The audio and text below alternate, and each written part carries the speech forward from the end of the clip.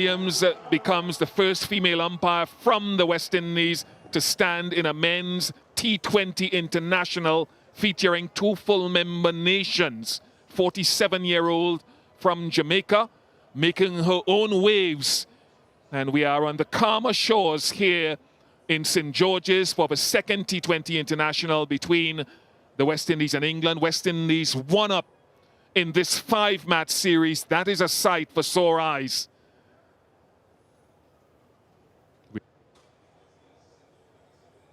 Gouda Kishmoti coming into the West Indies team today. The only change in place of his countryman, Romario Shepherd, who has a niggle, and Moeen Ali replacing Ben Duckett. So extra spin coming in for both teams. And in the case of England, an all-round slow bowling option. Coming over, right arm over. Starting right arm over here, Brandon.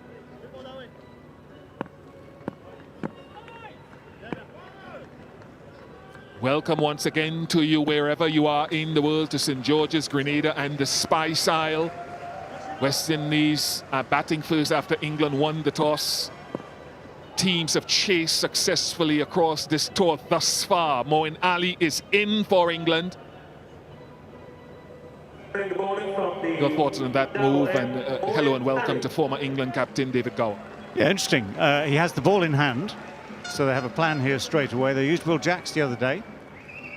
He is a proven performer, but the only slight downside for Moeen at this particular stage, to be absolutely brutally honest, is that recent form hasn't been his best form necessarily, but he's one of those cool, phlegmatic performers who will do his best to rise to any challenge. That middle order position will be important, and these opening overs too, because we've seen from both teams in that first match in Barbados how both teams like to go hard in these opening overs. And of course the restrictions mean that you've got to be absolutely spot on, try and use whatever cleverness, whatever guile you can to defeat the ambitions of an opening pair in King and Mayers, who we know from the other day, and we know from previously, they have power in their locker. They can hit that ball a long, long ways. So we'll start in a moment with Moeen, with the ringer fielders on the offside, with the men in the deep out at long on and deep mid wicket. All right, gentlemen, let's play.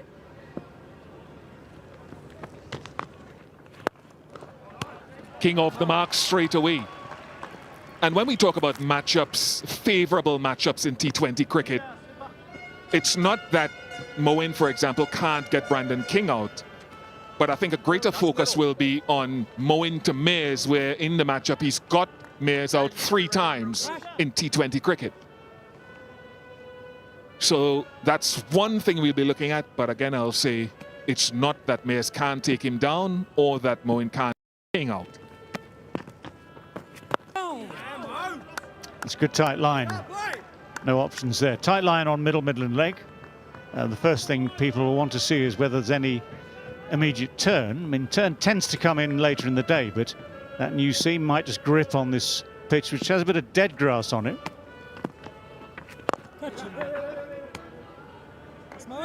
I like those lines, because someone like Mayers, anything off the line of the stumps, and he'll start to, his eyes will start to light up a bit. Well, there's your first one. A little bit of grip for Moeen Ali. There's a little bit of moisture in this surface, so that's something to keep your eye on.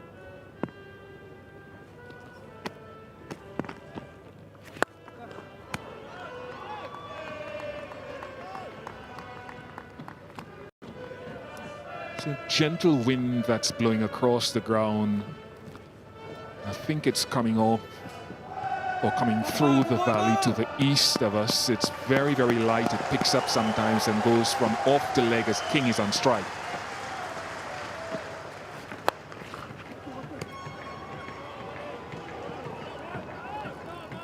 Three singles off the first over, 3 without loss.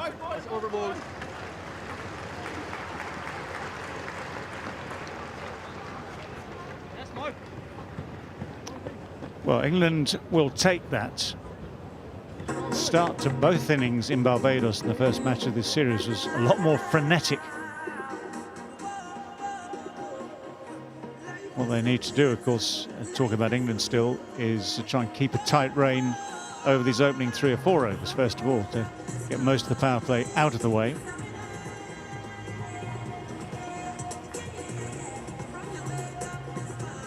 So, King on 2, Mayers on 1. It's been doing the trick, it seems, at least for that first over. We'll see what happens next, of course. Chris Woakes, one of those men who's come in for this T20 series for England. Resting he was during the ODIs. A man of immense experience. So one that England will look to for sure.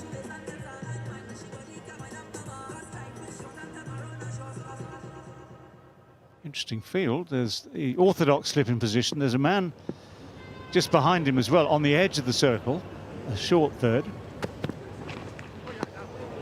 Neither of whom will be needed for that one.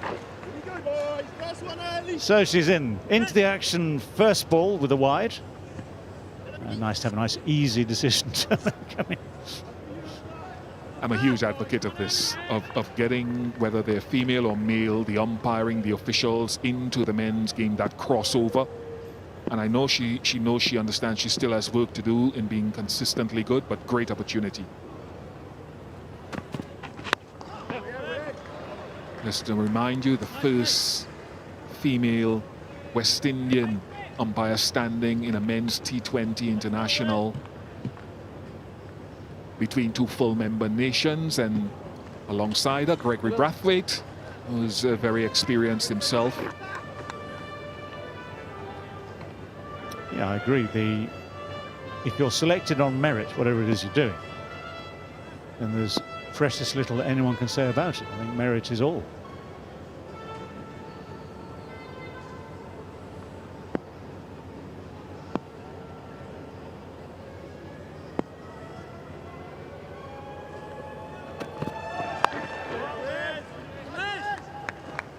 Deep point, David, deep point and deep square leg for the seamer, and so often we're seeing it in the game. Left of your screen on the boundary and then right of the screen on the boundary, because a lot of teams feel unless it's a bouncy surface, deep third doesn't come into play as much as deep point or deep square leg, where they tend to pull length deliveries. Very good with no slip. Is that a scramble seam? Yeah, all these precision tactics rely on that communication between the captain with the plan and then the cooperation of the bowler with the execution. So length is key here. And that's actually just a decent delivery. It's a little bit wide. It's just that little follow with the bat that tries to guide it fine towards the short third. Early pace off. I like that, because normally or sometimes or usually it takes a long time for bowlers to think, shall I try one with pace off? It's an experiment which, just going back to that first game, Andre Russell said it took him to the 6th ball of his first over to realise that pace off would make a difference. So changing it up in the 4th ball of your first over, you don't know until you try it. And I think that's clever. I mean, I think that's, it gives them an option, it gives them a clue as to whether it's likely to be effective or not.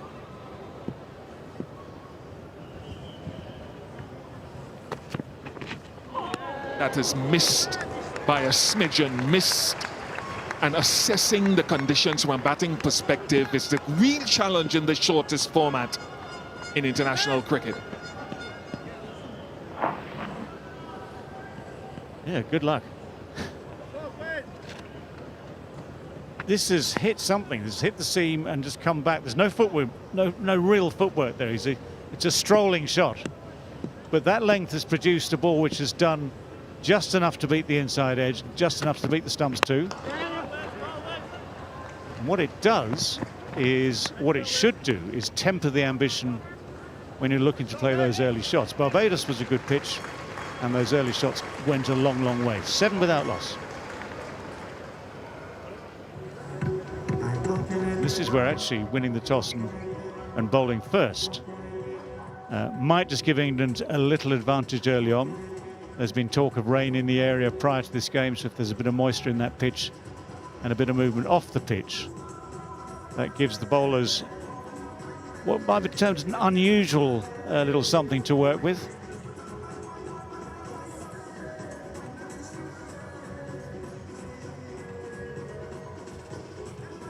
It's hard for me to explain how much I love the development, the postmodernism that's taking place in this wonderful island. Moeen Ali. There's that deviation, that grip in a surface where we've had so much rain in the last week and moisture under the surface.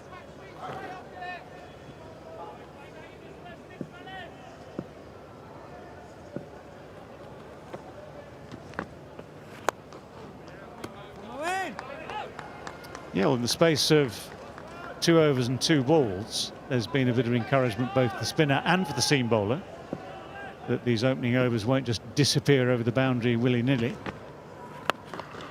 Something will happen, something has happened. Something's happened beautifully as well. So the response to that is Brandon King saying, well, if it's going to be anywhere in this sort of arc, it's going to go as far as normal. That's beautifully struck.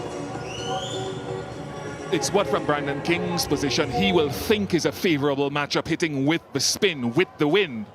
Again, I'll say it's not that he can't be dismissed by it, but he sees it more of a matchup for him, facing off spin that Kyle Mayers does.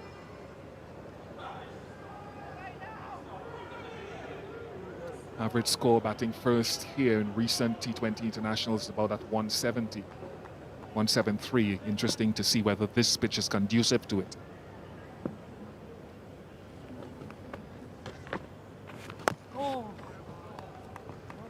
Good adjustment into the pitch. Yeah, and that's an interesting risk to take because there is a little bit of grip. Wasn't quite short enough to be entirely sure of the turn and bounce.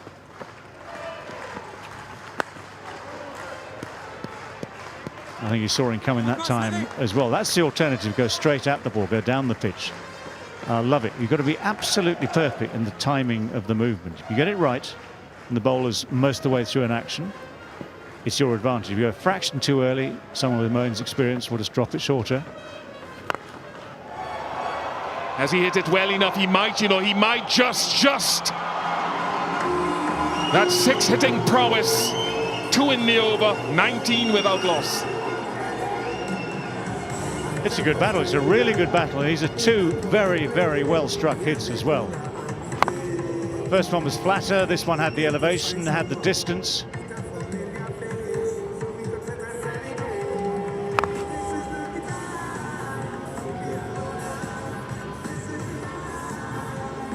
Yeah. Never in it, Fielderbrook.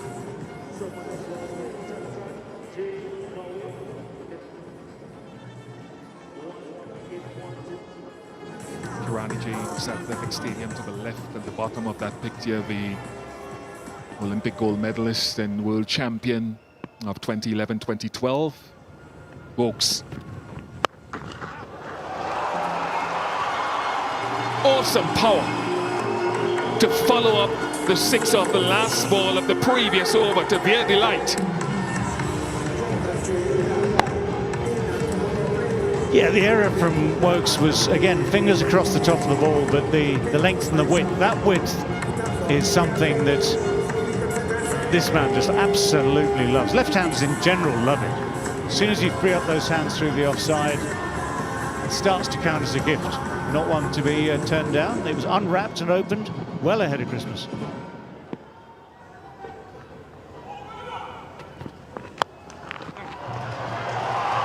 That might be 4 more, and El Rashid stumbled to his left, but was beaten by the pace of it. So Mayers into the action to follow Brandon King.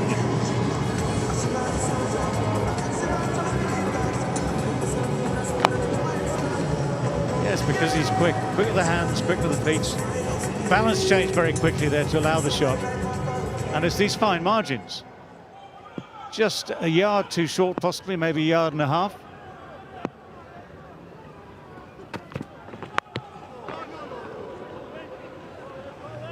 Oh, Mayers saw another president come his way as well. He was ready and waiting for that.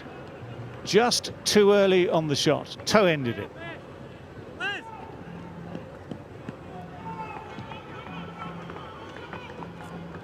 Cutters early, the order of the day, taking pace off it. We talk about sizing up the conditions early, so it took them a couple of overs before King launched into Moeen Ali, and Mayers now with 2 boundaries in this over.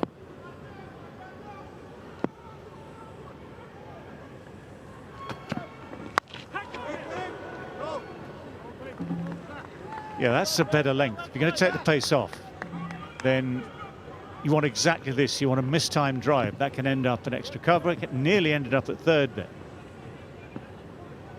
But that's why these skills have to be so precise in this format of the game and at the top level, because slight errors get punished. Get the length right, get the pace right,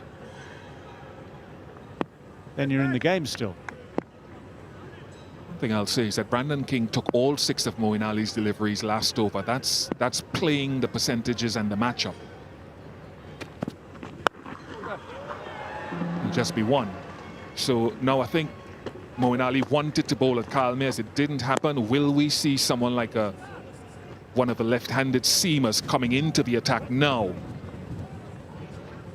Maybe to replace him. Yeah, quite possibly. Might depend on what happens this ball.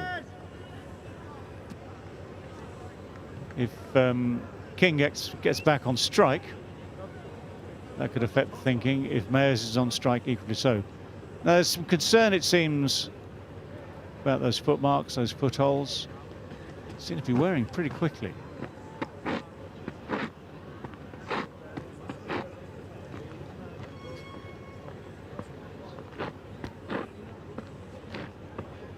Might just be the result of the fact, the thing that's been mentioned a few times in the build-up today, recent rain in this part of the world. They haven't quite had the time to solidify that pitch and those footholds. I mean, those footmarks are so important.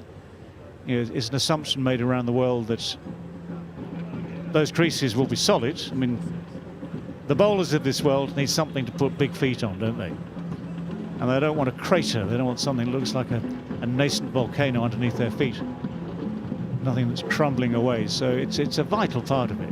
Otherwise, what happens is if a bowler like Wokes, the quick bowlers have to, as it were, sidestep the crater, then they're going to be bowling from places they don't necessarily want to bowl. So everything changes, and that psychology as well, bless it. Everyone has a rhythm, everyone has a place they want to be when they reach the crease, and if that's artificially changed, that just upsets that rhythm. But there is a bit of a break, an interruption. It's hot out there today, over 30 degrees, quite humid of course as well, seaside conditions. So an impromptu water break. 2 great strikes from Brandon King. One flat, one high, both of them clearing those boundaries by just enough.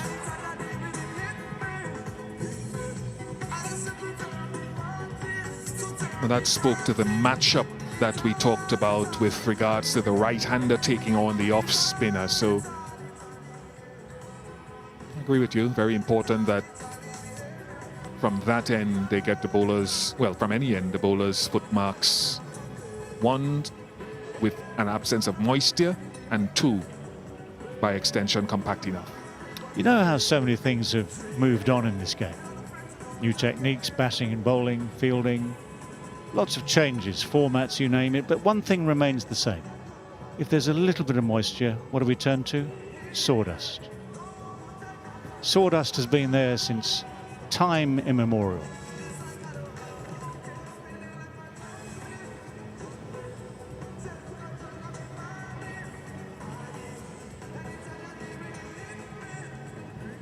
In some parts of the world, this is drying agent.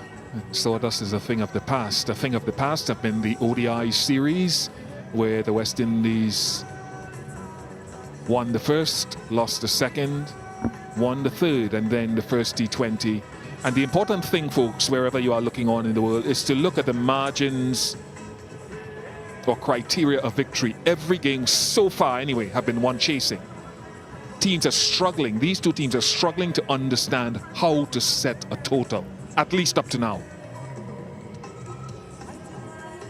Yeah, it's the way it's gone. I mean, the one game that England won in Antigua, they won probably by the most comfortable margin of all. There's hundreds of balls, 800 balls to spare in that 50-over match. The others have gone to an extent where they've been close or close enough for quite some time, and then just in the closing overs, the chasing side has done what is now very common.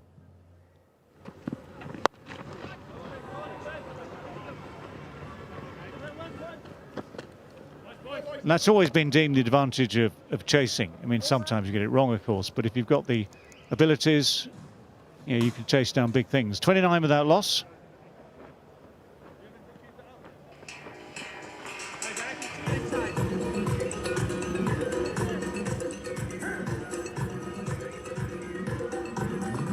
After those first couple of overs, very quiet or relatively quiet overs, 1 and 2.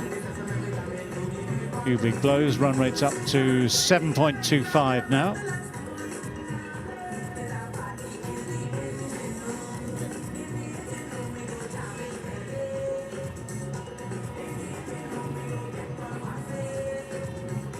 West Indies 29 without loss. They were 47 after the first 4 overs in the previous game in Barbados, and Moeen Ali is out of the attack. Sam Curran replaces him, interestingly, from around the wicket. And just to give you an idea of where the 2 deep fielders are, they're at deep mid-wicket and deep backward square, so he has to bowl a very tight line on the stumps, you think. And does so immediately. Yeah, and also from pretty wide on the crease, so that angle was always in towards off stump. And the Sam Curran thing at the moment, we've seen good and bad from him on this tour. And what I'm sure he just wants to get back to that feeling where he's confident each and every ball of what he's doing. So he's had let's say, a few ups and downs. If he does go outside off stump, it'll have to be pace off, I think, but largely it has to be straight. Good use of the feet from King.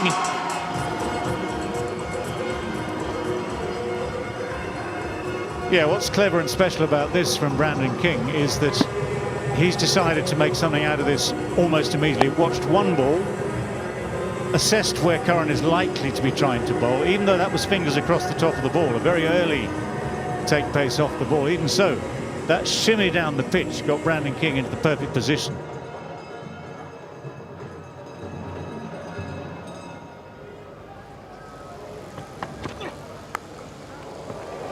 Good hand on it from Jos Buttler.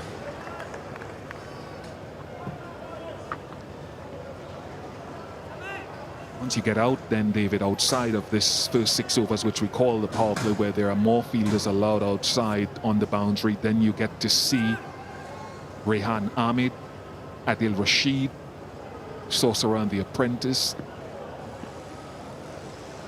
Liam Livingston, Jacks perhaps. But pace off, that's on this slow surface, the order of the day up to now. You can see the grimace on the face of King. Well, that's whatever a multiple is of pace off. It was pace off with a bit more pace off and yet more pace off. So then we have to see how the pure wrist spinning options come in on this surface.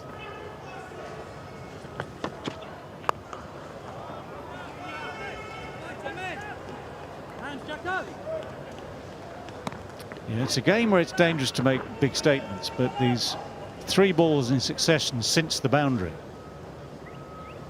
have shown that Curran is very much up for this battle, very aware of the things that he needs to try to stymie the ambition from Brandon King, but 1 ball left. Make them drag your slower ball to your deep fielders. Don't overpitch it. Make them drag it. That's very well played, because he tried to make him drag it, but King got enough power to go down the ground. 37 without loss, 5 gone.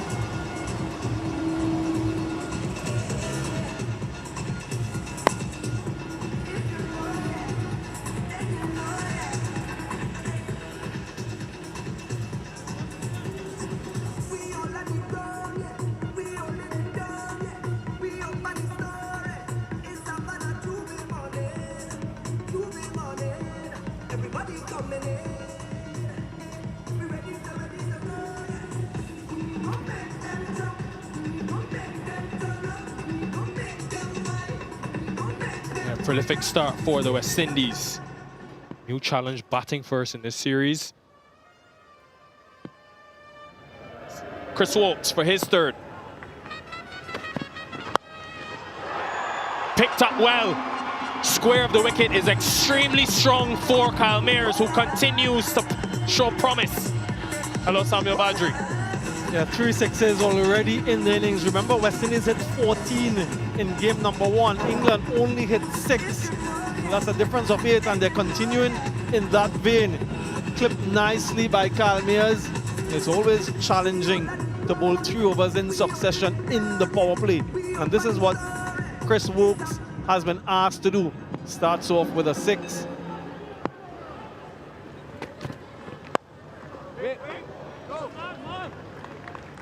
Can't go past Manali. It's been interesting as well, the way, the length especially that they bowled to Mayers. I thought when Woakes started his spell, Sam, he went fuller. And a couple of times went past the outside edge. Since, though, they've tried to get him to play a lot of those cut shots. We've seen that pull for 6. 17 dot balls in the innings so far. That's the only thing that I'm looking at as well.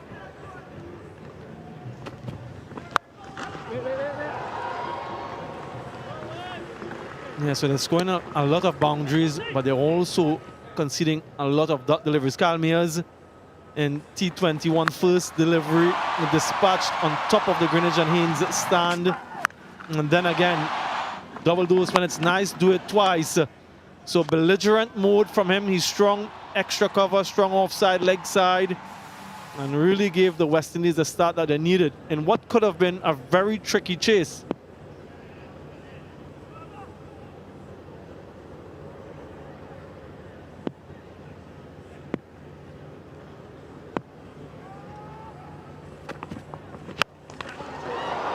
Goes straight up. Will take some catching this because of that swirling wind, but excellently taken by Sam Curran. England have their first. Yeah, this is something we shall look out for throughout the course of this match. Those slower deliveries, it was on a good length as well. Kyle Mayers trying perhaps to go leg side, was the off cutter, therefore leaving him. So a leg cutter to the left-hander, and a good catch in the deep. Mayers goes for 17 from 16, 43 for 1.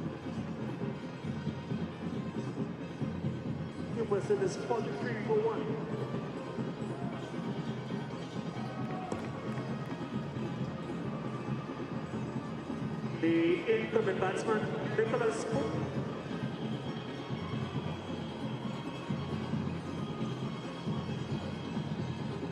Curran, the incoming batsman.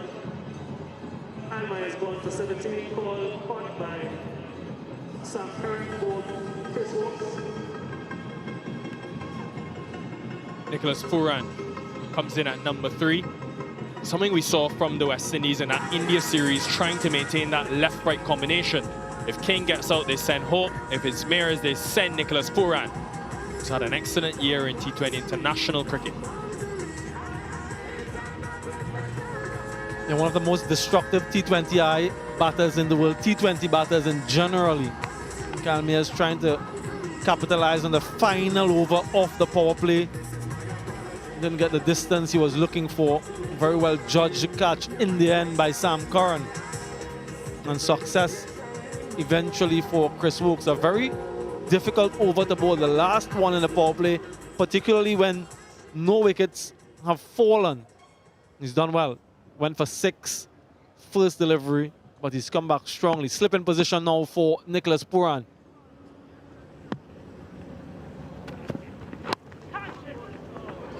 Just is able to get it past Mills. Really well placed by Curran to start.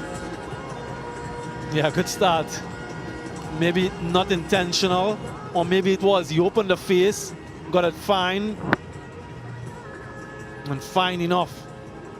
I have a question for you, Nikhil. If Nicholas Curran gets dismissed, do they go to Shamron Maya and push Shea Hope further down to keep that right-left combination?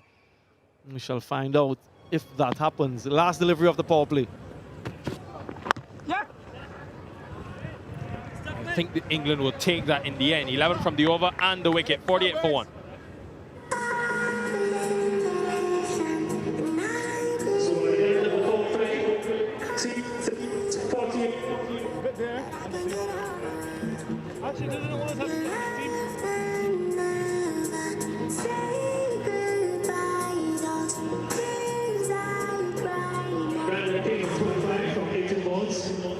And Nicholas Curran, 5 from 2 balls. That's middle. Second T20 International, Spice Isle, Grenada. End of the first power play. Another strong start for the West Indies. Wasn't the easiest of surfaces to start on. They assessed conditions well. They've got a set Brandon King at the crease, and we know how much power and depth they have. Adil Rashid, at 4 for 2, came against the West Indies at the 2021 World Cup. Long off and deep cover for Curran.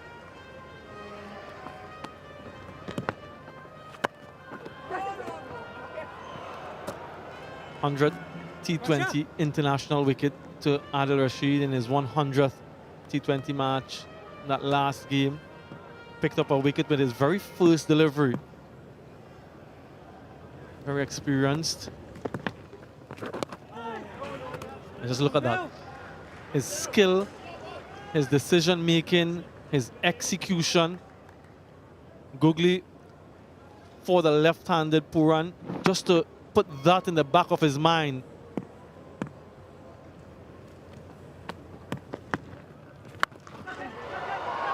It's gone very high. This is a big opportunity for England, and Wokes makes no mistake. Adil Rashid, as always, strikes crucially. Yeah, Nicholas Curran trying to take him on. Only his 5th dismissal delivery. Picks out the fielder. Chris Wokes at long on. Again, a lot of height, but doesn't have enough distance. Well judged catch. And England, they've gotten 2 wickets in quick succession. Nicholas Curran, for the 2nd time in the series, fails to make an impact with the bat, goes for 5, 48 for 2.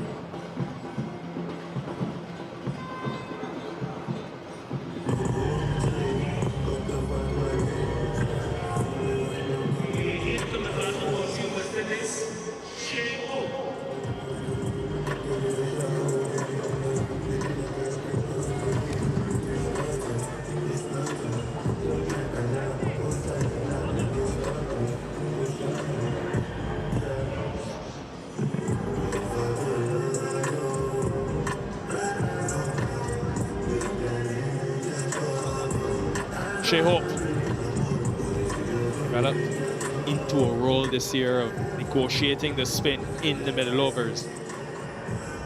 Got himself off to a good start in that last T20 International.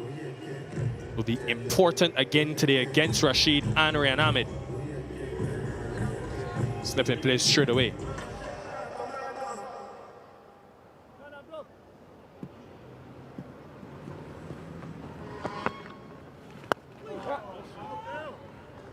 Slow and loopy from Adil Rashid,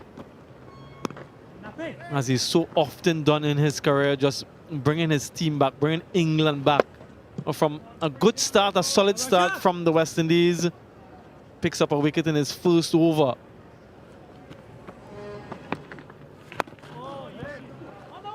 Look for 2 here, just 1. Just to give some insight into that catch, and even the first one. Catching here at this stadium is not easy. We're so close to the Caribbean Sea that there tends to always be that swirling breeze. And obviously, Wokes had the sun to deal with as well. You saw that right hand.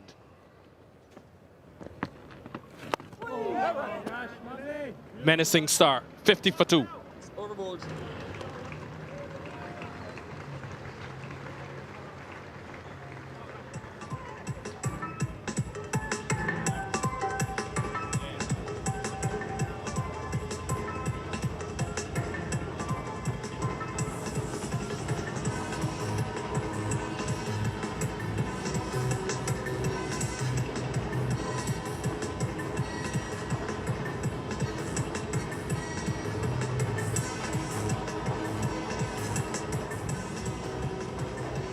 deep batting lineup for the West Indies.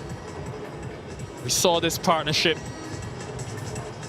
complementing each other well in that last game, Rehan Ahmed and Adil Rashid. They've done so all year for England in T20 internationals.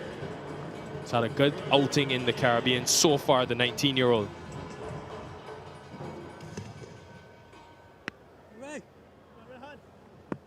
Yeah, the master and the apprentice working together.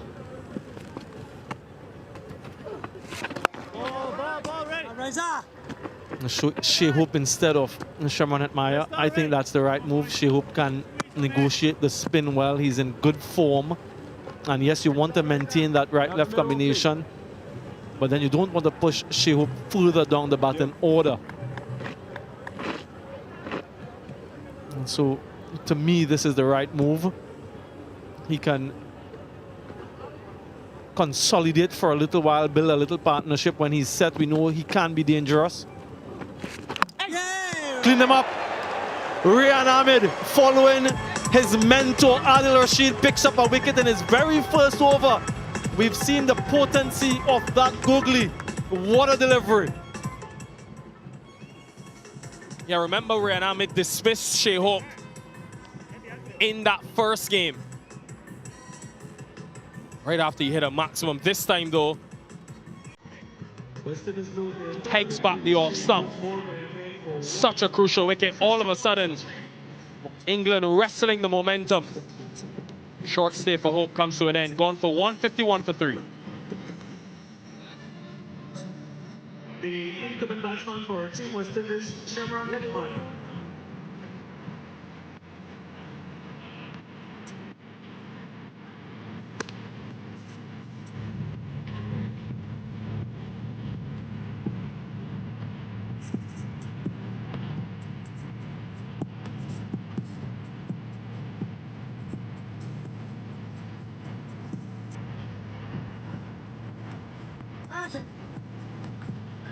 West Indies in a bit of trouble now. 3 wickets in quick succession. Just 8 runs. Sherman Hetmyer comes in. We all have seen his potential, but last couple of innings, especially in this format, been disappointing by his standards. This is an important opportunity for him.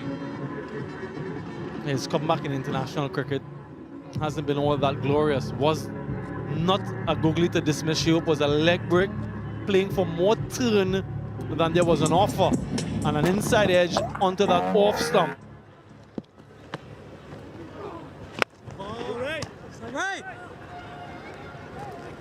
But what a young talent, and really high expectations now of this young man. And how special it is for England to have both Adil Rashid playing at perhaps his best, as well as this youngster coming through. A googly pick by Brandon King to complement him. Also, credit must be given to the English management, Nikhil, and viewers, for playing both of them in the 11. Lots of teams might think about just playing one. They've decided to give them both a go to see what they can do.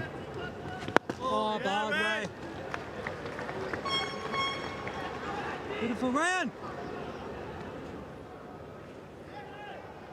I wonder if Jason Holder, who we saw in that last series, gain a promotion to counteract Adil Rashid back in 2022. I wonder if that's an option. End of 8, 54 for 3.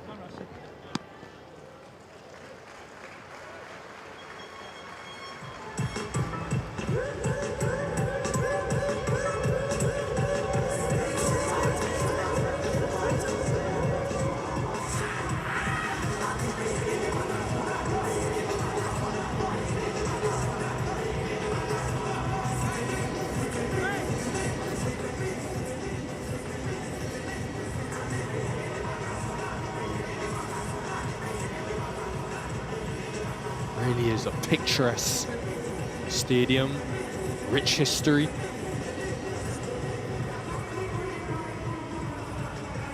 Speaking of history, what a legacy this man has created. He's still looking to add to it. He'll be a front runner for that T20 World Cup in 6 months' time.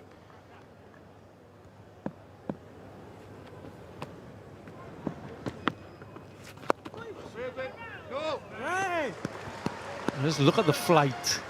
Moving right. From Adil Rashid. If you want to take me on, then go right ahead. And that's what he's asking Sherman Meyer to do. Last 30 balls, 31 runs, 3 wickets. Edged and taken. Faster delivery from Adil Rashid. Caught at the crease, and Sherman Meyer just manages to edge that one. 2 wickets in 2 overs for Adil Rashid. The West Indies in deep trouble now. They've lost 4 wickets for just 11 runs. Caught in 2 minds, Sherman Hetmeyer. Excellent deception with a change of pace. He is so crafty.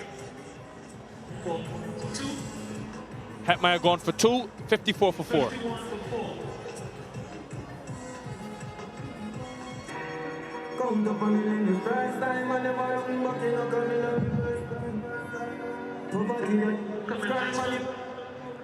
Rovman Powell.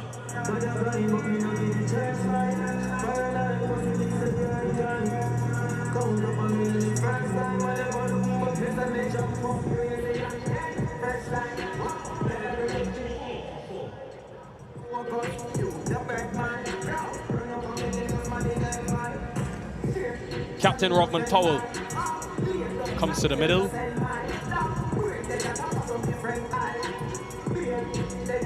Excellent this year, especially chasing, but hasn't really had to do too much early in the innings because of the strength of that top 4.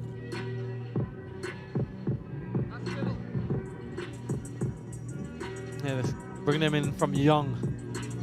Let them see the action. And as soon as their eyes are open, Rovman Powell will be looking to inspire the future generation here in the West Indies. A masterful knock in game 1. His team in a bit of a crisis here at 54 for 4.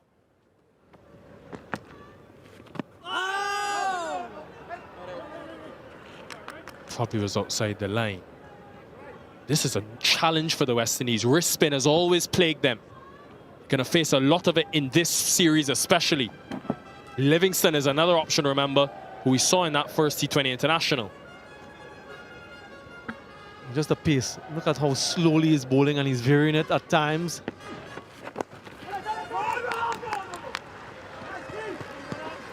Yeah, he switched on. He doesn't even want to concede a single, Adil Rashid. Faster one, front of the hand. Sherman Hetmeyer, indeterminate stroke. Gets the outside edge and a sharp catch. Moeen Ali makes no mistake.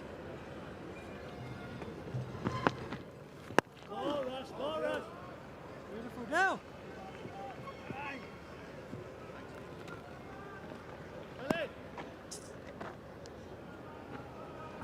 Now this one went sharply to Moeen Ali.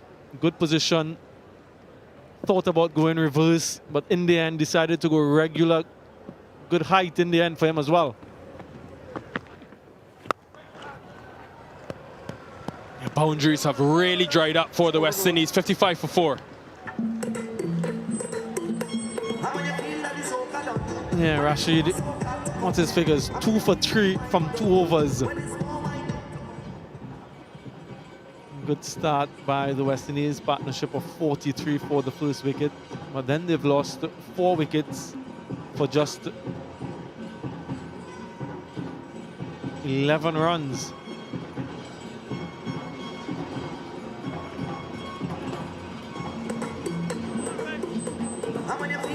Still batting to come.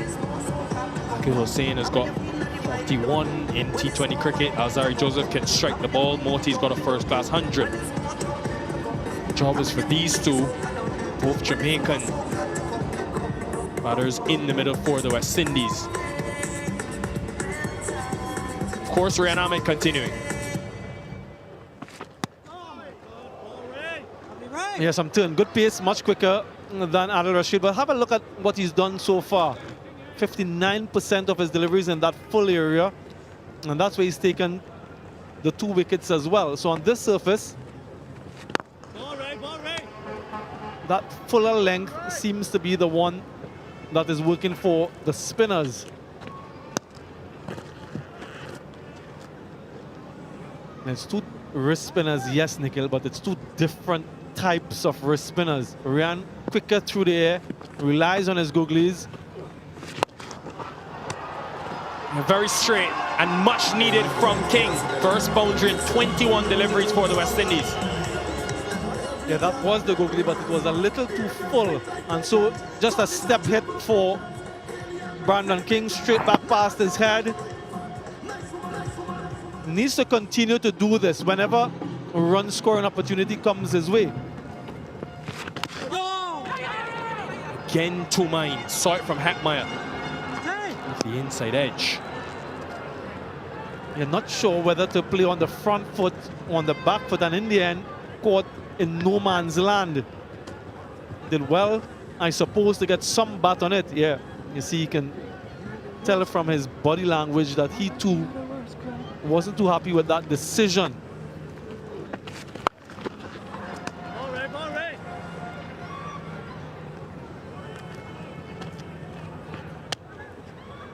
Intrigued to see past this game how Rovman Powell and this team back the two wrist spinners especially.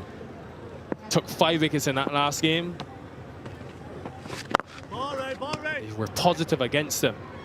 They've dominated thus far. Halfway stage of the innings, 63 for 4. Time for some reflection. Blue Waters drinks break.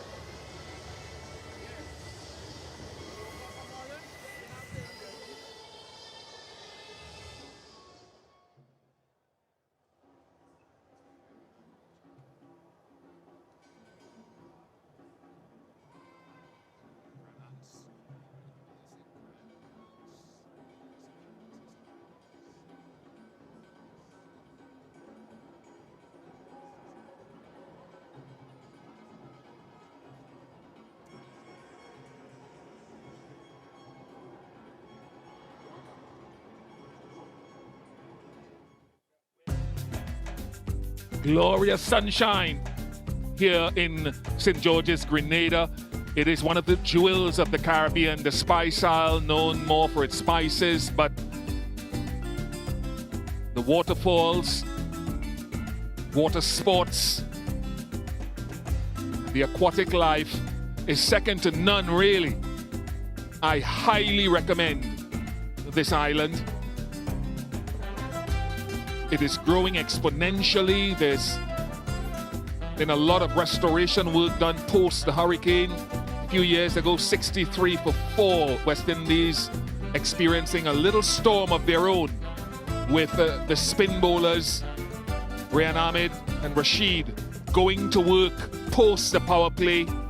Chris Wokes picking up the other wicket.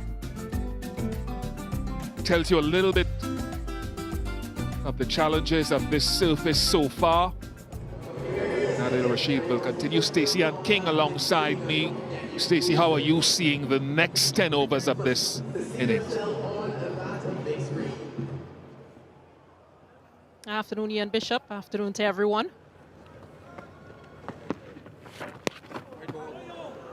It's been a bit tricky. There's been some uncertainty from the West Indies batters. It's cost them a few wickets. But the adjustment from the English bowlers has been exceptional. So we're seeing some turn, and my guys tell me that at a similar stage in the previous match, there's been at least 1 degree more turn of this surface. You spoke about the moisture at the bottom of this surface from the rains this week. I think that's having an effect on the grip. No. But we also saw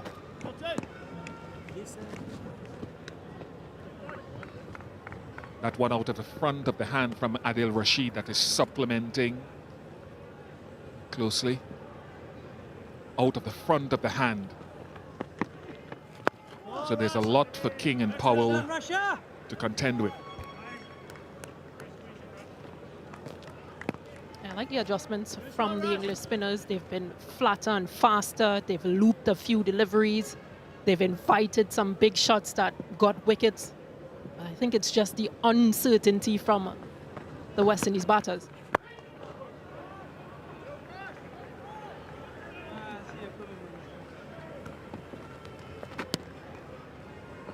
Has always been a challenge for this West Indies team to set a score batting first.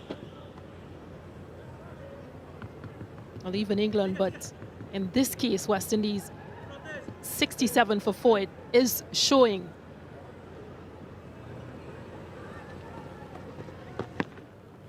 Yeah, I agree with you. I've mentioned it a couple of times. England in the ODIs and in the first game. Challenges knowing what is a good total, how to segue. I wonder if Adil Rashid bowls another over beyond this. He's now completing his third over.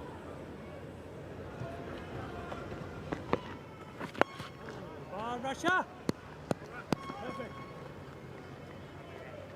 68 for 4.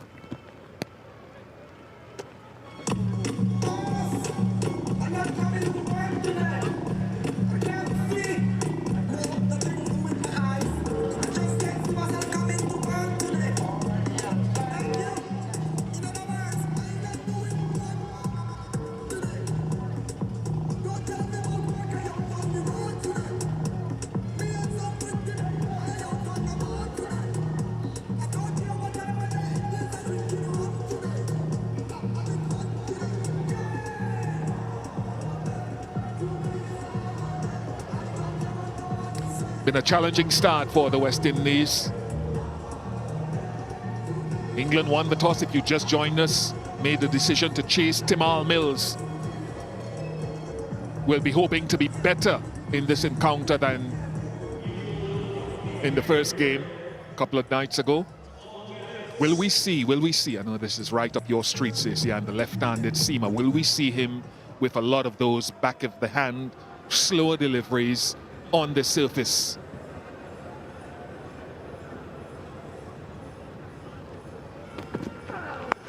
Straight away he goes to it, straight away out of the back of the hand. Yeah, and using the pitch and the surface quite well. Yeah, back of the hand. Rovman Powell playing for the shot that possibly wasn't there. Needed to look at that delivery a bit longer. Yeah, but you expect to see a lot of cutters from the seamers.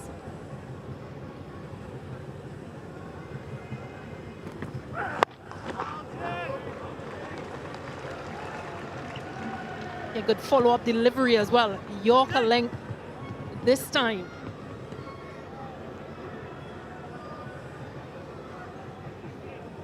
It's glorious, isn't it? That view is just spectacular. They're one of the volcanic islands in the Caribbean region. Kirani James Athletic Stadium, mentioned it before, to the left, next to the ground. Darbo Hills in the background.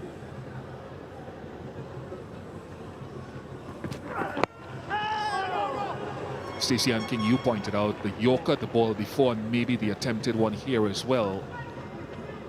Saw a former England captain this morning, and he was saying, where's the Yorker gone? Why aren't we seeing more of it? Yeah, scramble seamed as well. I think this is good from an English perspective because they only bowled seamers in the power play in Barbados. So this time just one over of spin, but their seamers, they've learned quite quickly.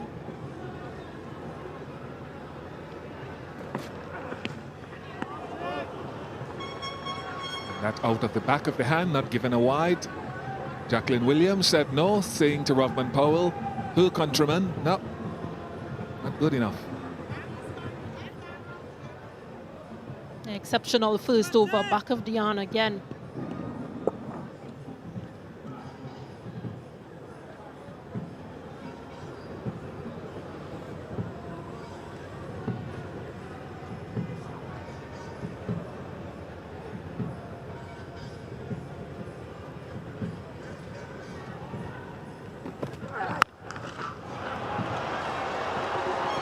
Right in the slot with pace on it. Very muscular from Powell.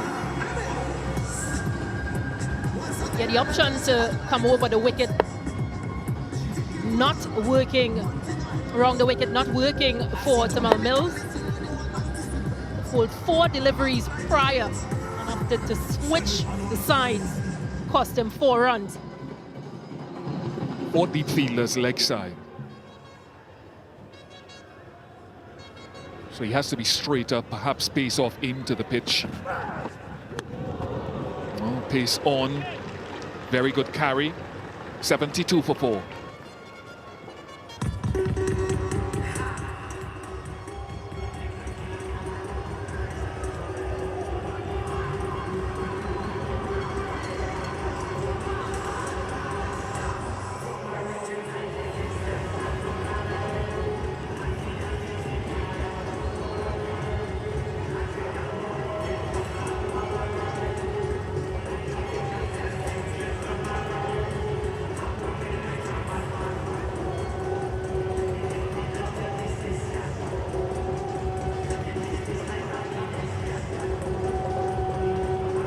A lot of visitors in Grenada this time of year, and they would be walking along the Carnage, walking back from the game. As we look around the ground, quite a few, not as many as I thought, because there's the fort just down the road from here. Yes, Rashid is keeping again his 1 over as he did in Barbados for later on, replaced by Rehan. Is it hit well enough? Yes, it is hit well enough. Chris Wilkes is shaking his head down there at long off because he thought it was miss-hit. A rare over-pitch delivery from Rehan Ahmed. A good stride, good connection, good hitting from Brandon King. Releases some pressure. Just pull your length back slightly. No, he goes full and gets away because Rashid, the old boy, did very well there at short fine. Top fielding. Yeah, that's what having a team like West Indies for 78 for 4 will do. It will bring out smiles. It will bring exceptional fielding because the bowling has been good.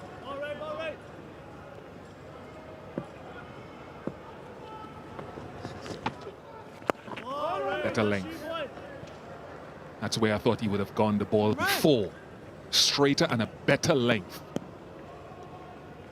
And I don't think Ahmed will mind this. He doesn't mind batters going at him because he tends to pick up wickets with his variations.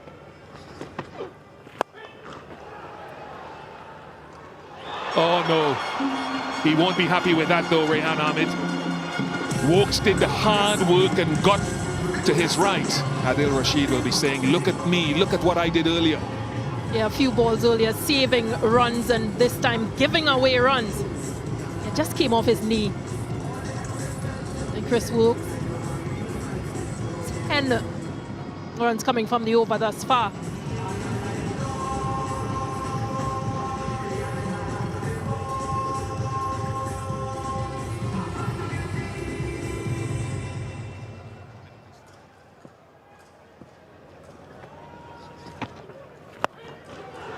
That will be 50 for Brandon King.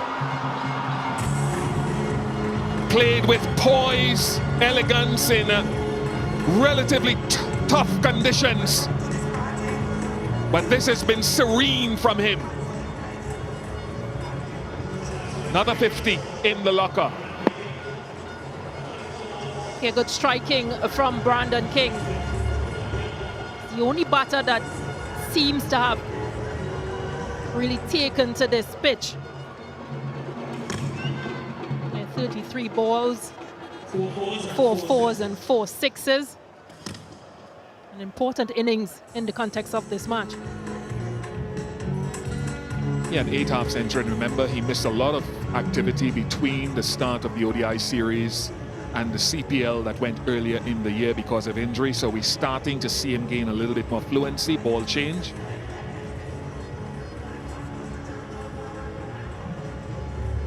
So it's anybody's guess what a good total is, isn't it? Yeah, they've got Brandon King and Powell there.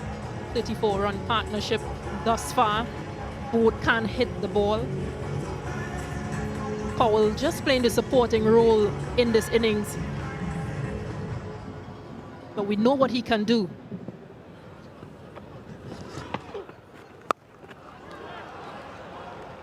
Yeah, we'll come back to what we've seen Powell do in the past. Come back to it. 53 to King, 89 for 4.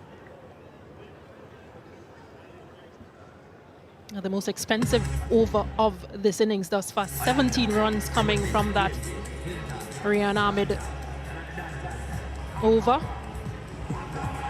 And really helped West Indies. Partnership 35 from 29. It's 89 for 4.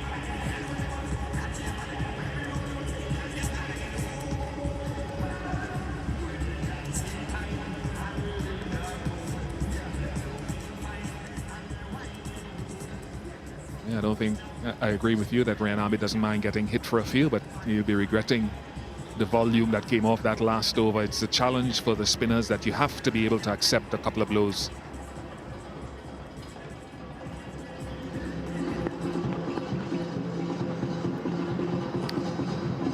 Masqueraders are out. Going back over the wicket, pace on. We talked about Rovman Powell. I saw him score 100 against Adil Rashid and Moeen Ali last year in a T20 game in Barbados. And there is no way I would be the most surprised man in the world as I look at this to see Gudakish Moti walk in next. I'm just teasing our graphics department. If Moti walks in, I walks out.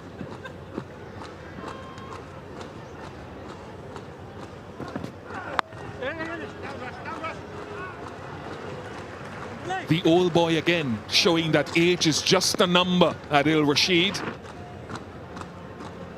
And Liam Livingston hasn't bowled a ball yet.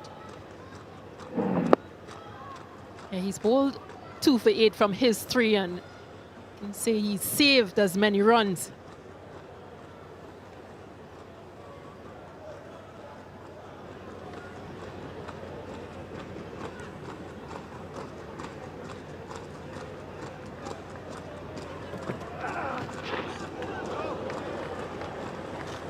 Terrific slower ball, terrific length.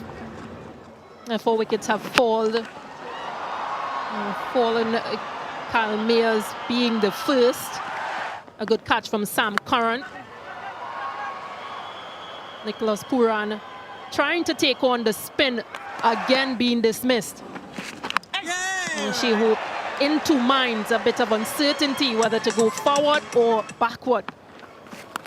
And Hetmeyer, again, that uncertainty with spin on this pitch has been effective for England. This edge didn't slip.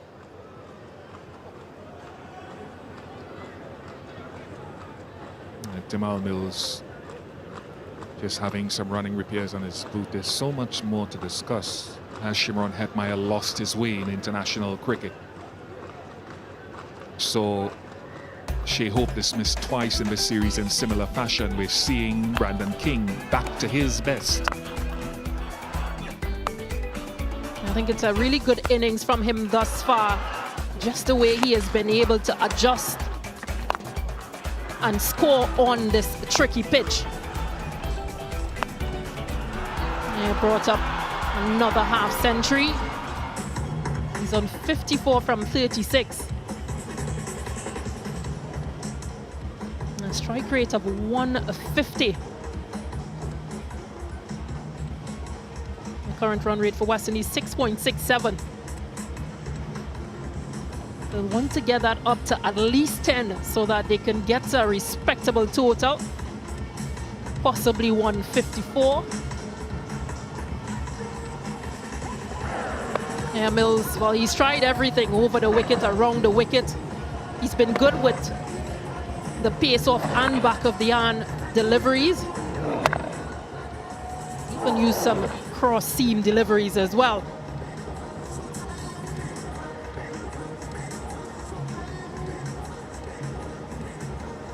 Let's hope that a change of shoes or running repairs be another change here.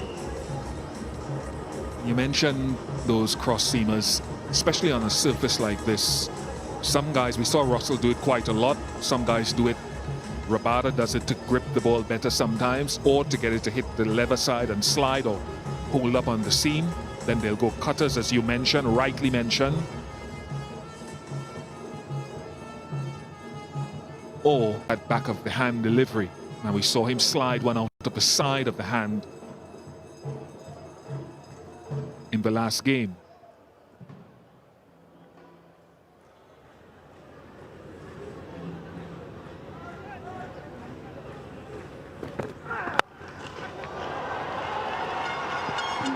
That will go down in the mind of Jamal Mills as a poor delivery with pace on it again, right in the slot of Rovman Powell. Attractively played.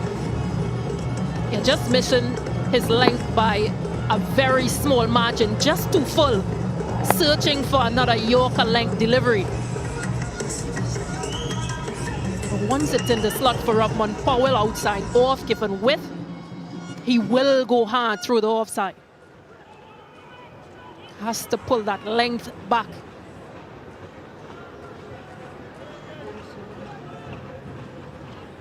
They're going around the wicket this time. All about length. He has climbed into that. That is the power that we've known and Powell said they possess in this engine room in the middle. 100 up for the West Indies. You're just trying a bit too many things in Jamal Mills. That's just too short of a delivery for Rovman Powell. Their eyes open up bright. 11 runs coming from this over already. 100 for 4.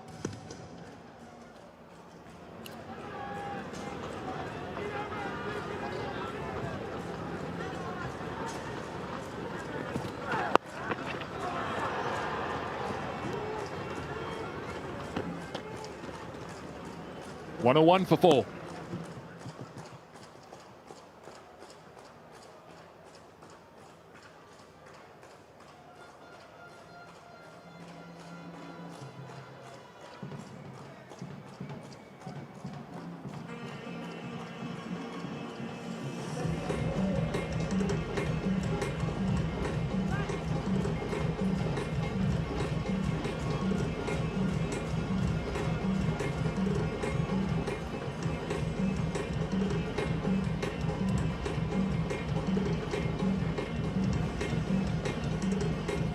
Jamal Mills leaving the field. We assume it's temporary. I think Ben Duckett has made his way onto the field.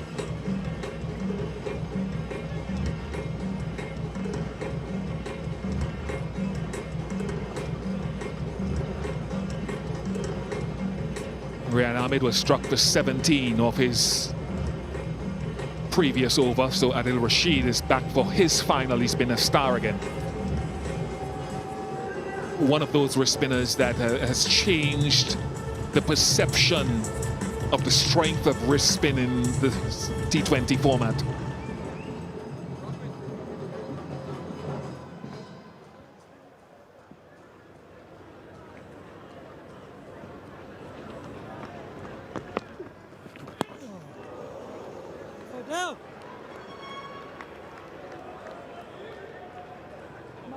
Will be a bit of cat and mouse here because Powell is going to back himself to play his shots.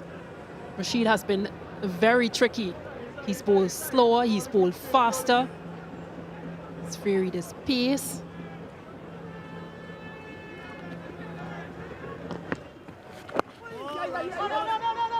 And most important, he's been economical.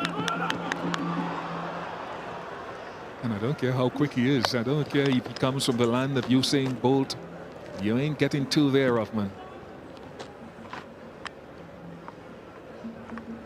And then Brandon King as well, I suppose.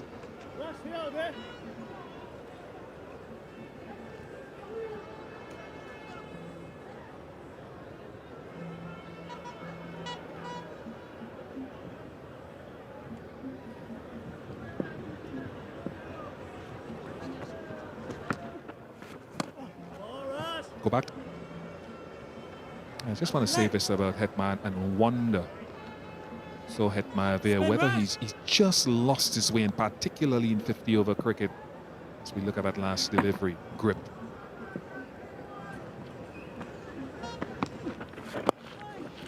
I think, Stacey, he's been so in and out of the team, and there's been such a focus by him on so much T20 cricket, and more so franchise-wise. I know he scored a half century earlier this year in Florida and last year. Just wonder if he's struggling to find a balance to segue between the longest format, as hard as he's trying, and the shortest format.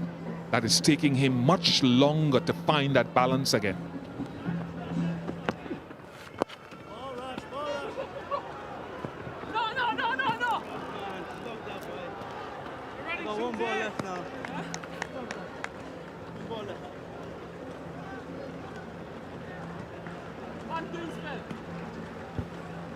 A 50 partnership comes up between King and Powell.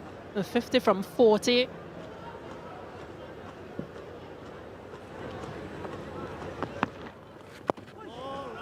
It's a very good over and a very good partnership, as you said, given what had gone before. 104 for 4.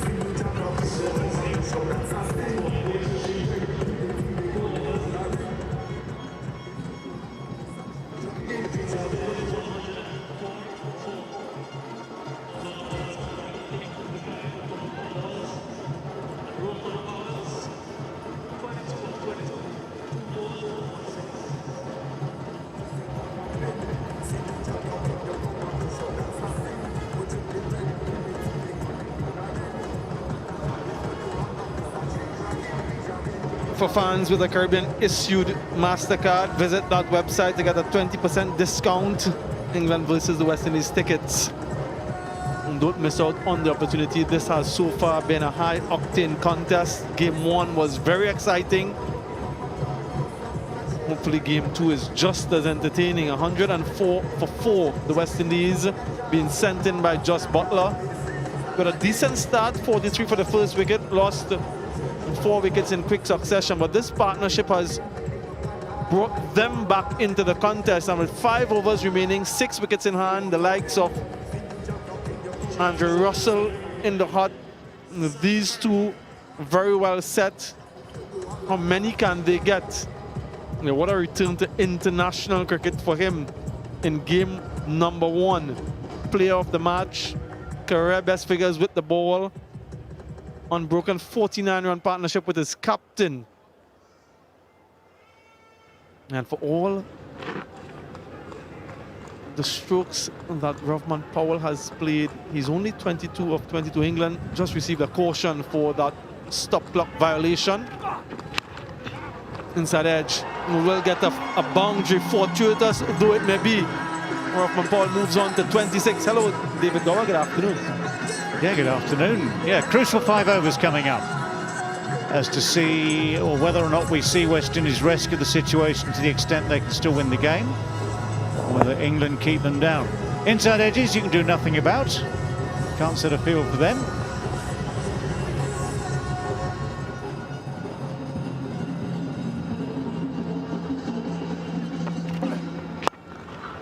Slapped. That was absolutely smashed by Rovman Powell. Sat up, and he could have hit it rather anywhere. Hits it for 6. You could almost say he took the hardest option. It's not a shot that we will find in cricket coaching manuals as such, but what he's done is he's waited on the shot first of all, slapped it away, way, way, way over extra cover.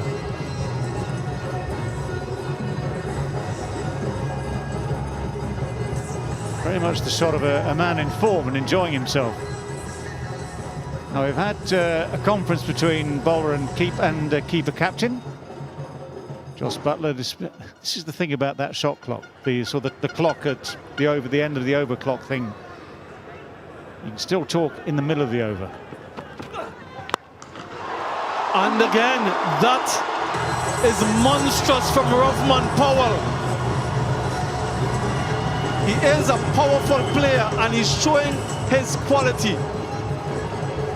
Well, I've no idea what the chat was about. But Powell has just ignored whatever conversations were going on and has fed on what was a back-of-the-hand slower ball, short of a length, not executed well. And he has just absolutely feasted on that.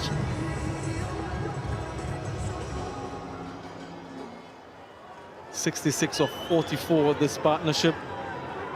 16 runs from 3 deliveries so far. Make that 17 from 3. Under tremendous pressure here, Sam Curran doesn't know where to turn. Rovman Powell, well, he's tormenting them at the moment. This is one of the ironies, isn't it? Sam Curran, shall we say, a year ago, was good at this sort of stuff, thrived on the pressure. And if you lose just that little bit of confidence and the execution just starts to suffer, this is what happens.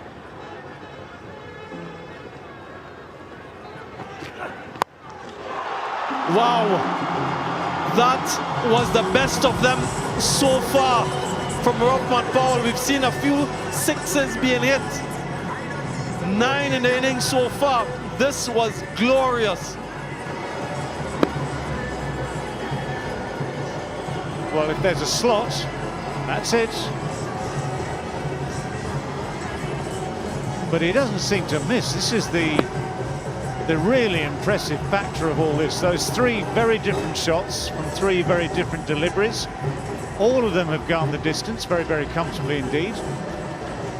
So you've got power. Yes, Rovman Powell is built with power in mind. He's a fantastic striker of a cricket ball. But this is what I was saying just now for Sam Curran. A year ago, he might have had answers for this. A year ago, he might have outguessed a batsman, or at least not gone for all 3 sixes. When you see that ball disappear time after time after time, questions just bounce around inside the brain. What next? Yes, still 2 deliveries remaining. 23, the most expensive over of Sam Curran's career so far. And again, it keeps getting even more expensive. Losing adjectives to describe Rovman Powell brings up a 50 in only 27 deliveries. It's carnage here in Grenada. It's awesome, absolutely awesome. The only thing understated about this innings was the acknowledgement to the crowd of the 50. The striking is absolutely brilliant. So consistent, so crisp.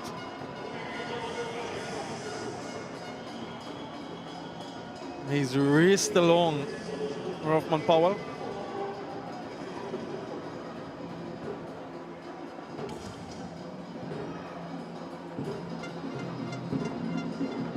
.30 runs of 8 deliveries, Rovman Powell, an acceleration of some note. And West Indies, in their last 30 deliveries, they've scored 66 runs without losing a wicket. And lots of discussions between Joss Butler and the bowler already in the over. 29 runs, final legal delivery.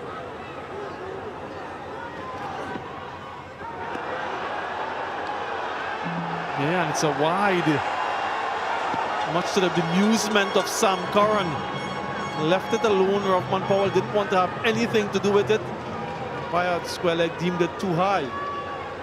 Well, yeah, the signal came from Gregory Brathwaite initially. Just have a look at it now from side on. He digs it in, seems to stick in the pitch as well.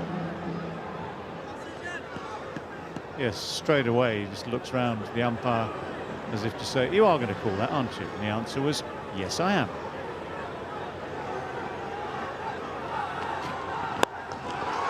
Does he get enough of it? What a catch! Simply sensational from Harry Brook. Rovman Powell holds out in the deep, very expensive over, but Curran gets the wicket of his final delivery in the over. Well, it's cost him. He's certainly had to pay plenty to get this wicket. Just flicked away. Now, the power of Powell sometimes might have been enough, but that is a brilliant catch from Harry Brook. At absolutely full length, diving away to his left, gets both hands on it. But a brilliant 50 from Rovman Powell, 50 from just 28, has given West Indies real hope here. 134 for 5 with 4 overs left.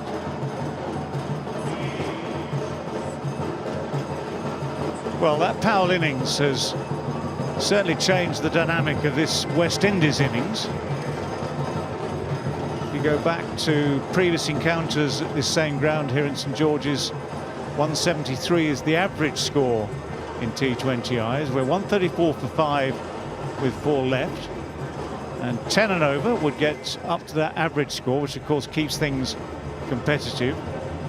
And the way things are going, West Indies will be aiming at more than that. It's not quite a Yorker, so there was just something to work with for Rovman Powell, but not quite enough. If he'd had a freer swing at this, maybe we'd have been seeing yet another 6. But that short arm jab, the flick of the wrist, it does bring a brilliant catch. That is one for the memory books. Bludgeoned. That is brute force from Brandon King. Short, but hits it straight back past the bowler again.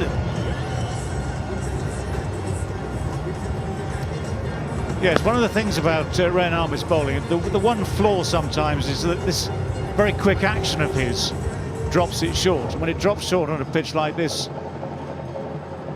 opens up the opportunities.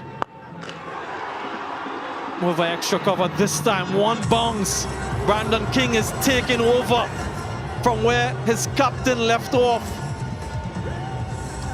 Well, it was always going to be a fair guess, wasn't it? Once the first ball was short, batsman thinks, what's the bowler going to try and do? He's going to try and get it up a bit further. So if you go and meet it like this, in a preemptive strike, that opportunity again presents itself.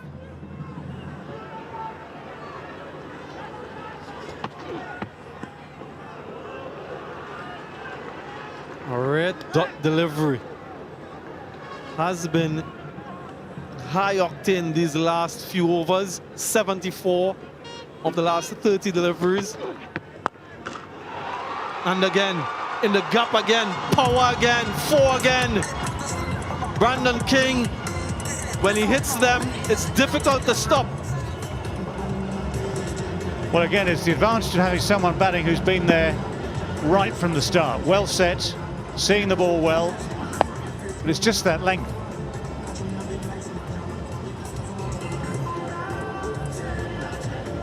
The 4 sixes in that last over, 3 fours already in this one.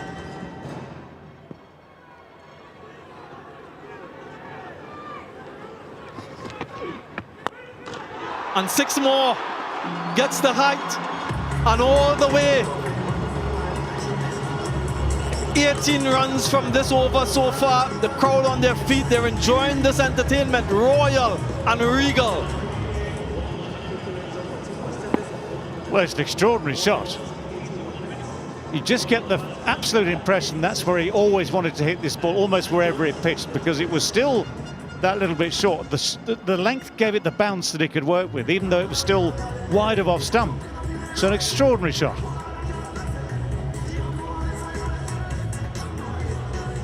Yeah, lots of discussion with Jos Buttler and his bowlers. It has been an onslaught from the West Indies.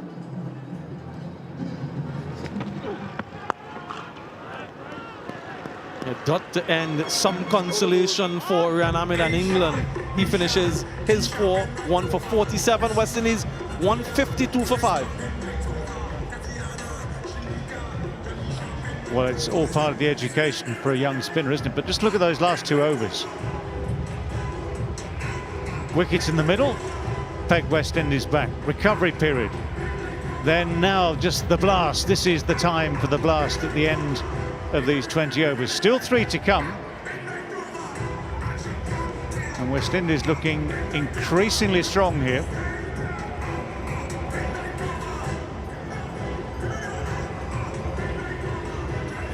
Yeah, those the last 2 overs. Most expensive of the innings so far. Sam Curran's was the most expensive of his career. 1 for 38 from 2. Jamal Mills back into the attack.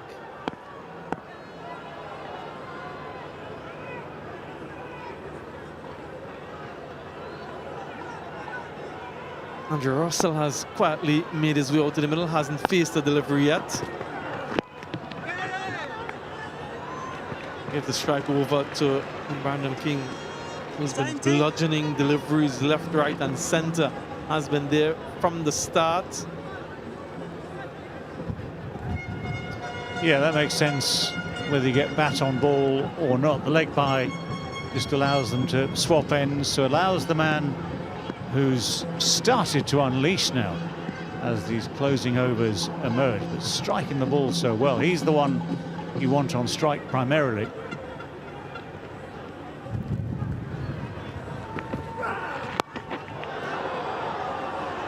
Yeah, completely befuddled Brandon King. Still manages to get a single. How many dots in this innings for the West Indies? 49 dots. But again, their 6 hitting, their boundary hitting ability makes up for that. 11 sixes, 13 fours. So it is not as apparent, those dots. 154. Still a few overs remaining. 2 after this. Can they get to that 190 mark?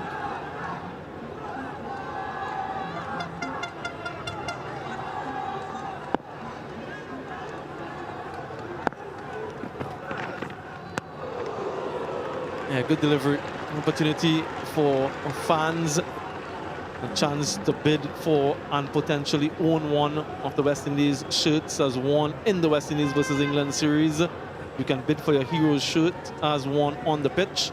Go to matchoneshirt.com for your chance to own a piece of West Indies history.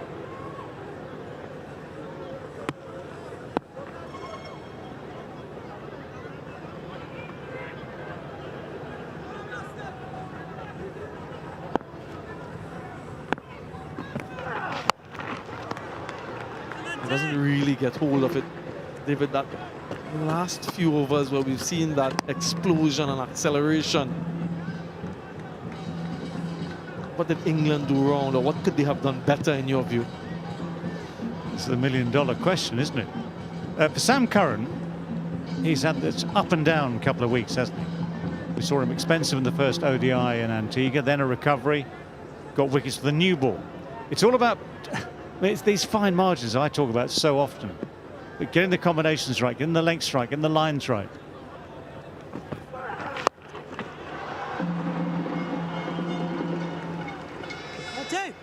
And if you're, it can only be sometimes, 12, 1 foot, 2 foot offline or off length more especially, it presents opportunities. But I think we saw, some of those poor deliveries, and they're made to look even worse by the quality of the batting, by the strength of the hitting.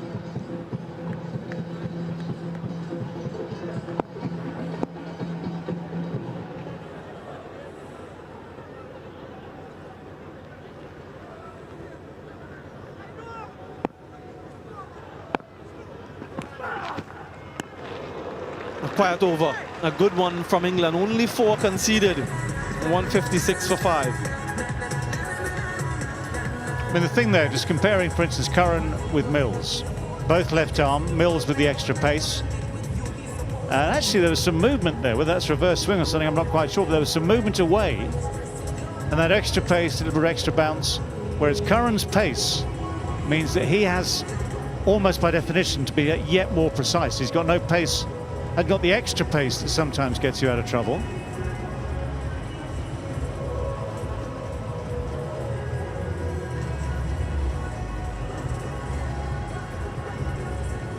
Six bowlers used by Just Butler. 2 wickets for Rashid. Look at his figures in comparison to the rest. 2 for 11 from 4.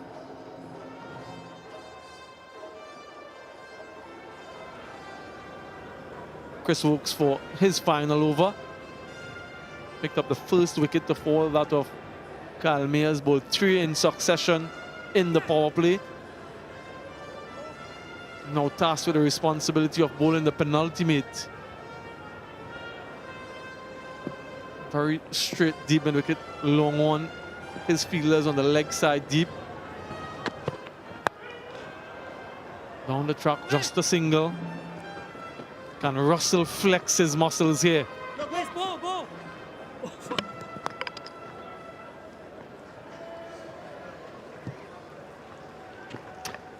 Well, he might as well try, that's for sure. Sorry? Did you ask?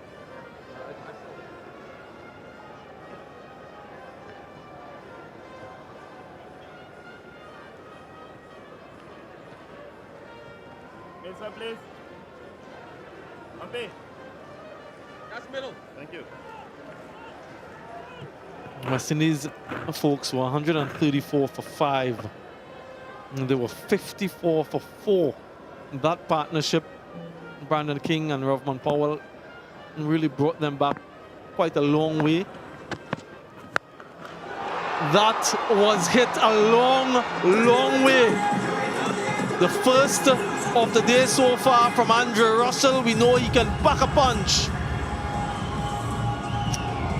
Good length ball.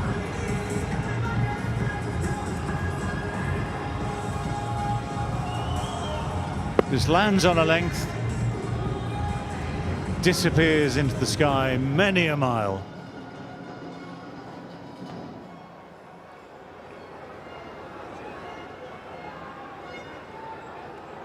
Yeah, that's just Butler at the toss.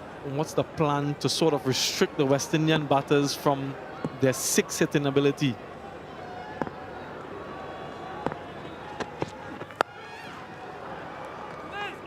Just a single. He has protection in that direction, so generally that's where he would want the batters to be hitting the ball.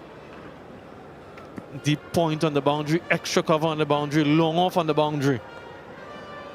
And so the plan from Chris Wokes is to ask the right-handers to hit there, so his line has to be outside off stump. And full.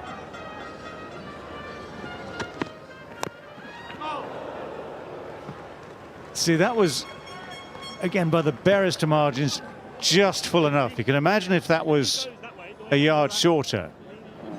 It's not a full half volley by any stretch of the imagination, but a little bit shorter, and you can see the bounce as the batsman get underneath it. But if you can get that Yorker length in on that line, then the options become minimal. And that's where all the cover is, on the boundary, on the offside. So even that low full toss before works.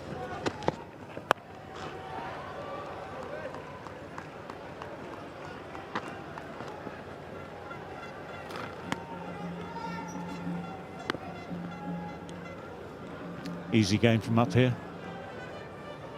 Terrible game down there when you've got the power of the likes of Rovman, Powell, Andre Russell, Brandon King in fine form.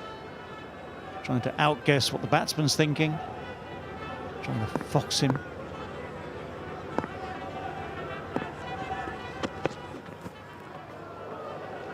Yeah, another good over. 2 good overs in succession. Just 9 coming from the second to last over, 165 for 5.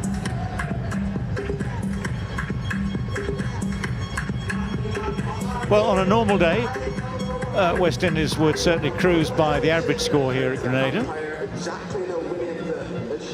You'll see whether this is normal, subnormal or abnormal in the next 4 or 5 minutes or so, with this final over coming up.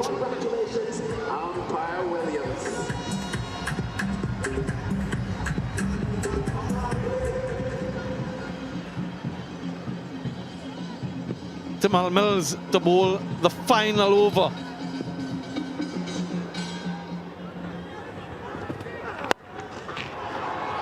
That was creamed. The minute it left the bat, there was only going to be one result. Pace on and disappears for 4. My word, you can feel for the bowlers here, can't you? This is not that far off. And I think the easy answer, the best way to look at that, is to give credit to the shot, credit to the batsman. positioned him in the crease, positioned himself in the crease so well.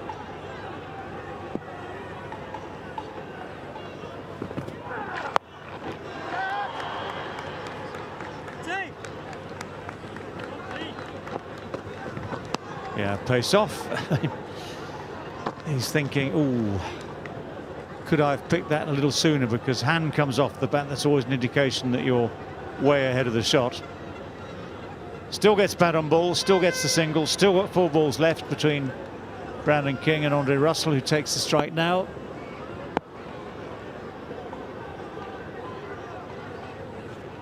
Can he muscle a few over the boundary ropes? That's what he'll be hoping to do, Russell.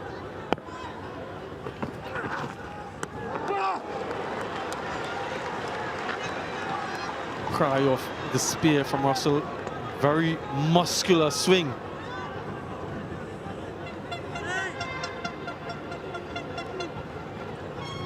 Yeah, just look at the shape. 3 times now, I think, in the last couple of overs from Tamal Mills. We've seen that shape, whether it's reverse swing or not, doesn't matter. It's gone away from the right-handers with a bit of bounce too.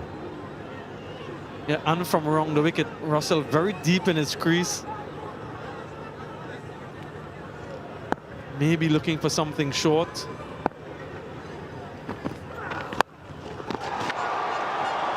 Only Andre Russell can play that shot with that power off balance. He was stretching, his feet were off the ground and still manages a 6. Muscle Russell. Just imagine if he'd left it, it would have been a dull, boring wide. Somehow, and it is absolutely unbelievably extraordinary how he's managed even to reach it, let alone hit it so far at the same time. I hope someone's got a still photograph of that somewhere, because that will be a brilliant cricket pick.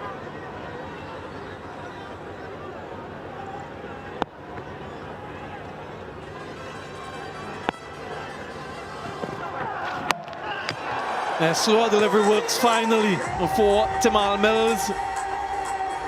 Short, slower one. Russell threw the shot early and gets the wicket. Well, yeah, sometimes it works for you. It's also come back in. That pace-off means the bounce isn't quite so extravagant either. Shot completed way before the ball got there, so good disguise. Not exactly a full-on celebration, because England know these last few overs have been mighty costly. But Andre Russell, 14 from just 10, leaves the park with 1 ball still to come in this West Indies innings.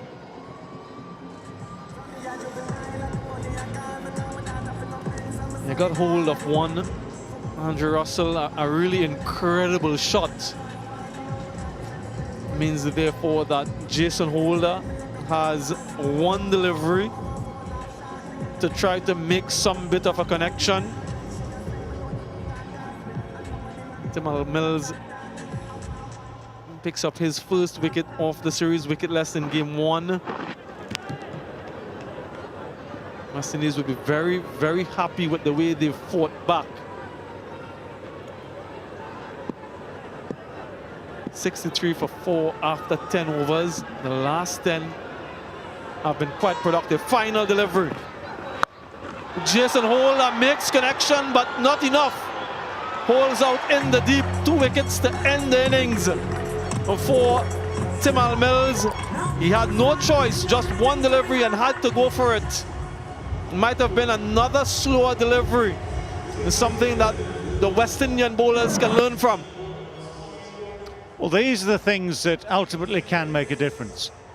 If your last 2 balls go for 4 and 4, or if your last 2 balls pick up wickets, well, those 8 runs can be crucial in this form of the game. So, yes, West Indies have done a great job in fighting back and reaching 176 for 7. Yes, at the end of it all, England might be feeling a bit bruised and battered in the field from the second 10 overs of this 20-over game.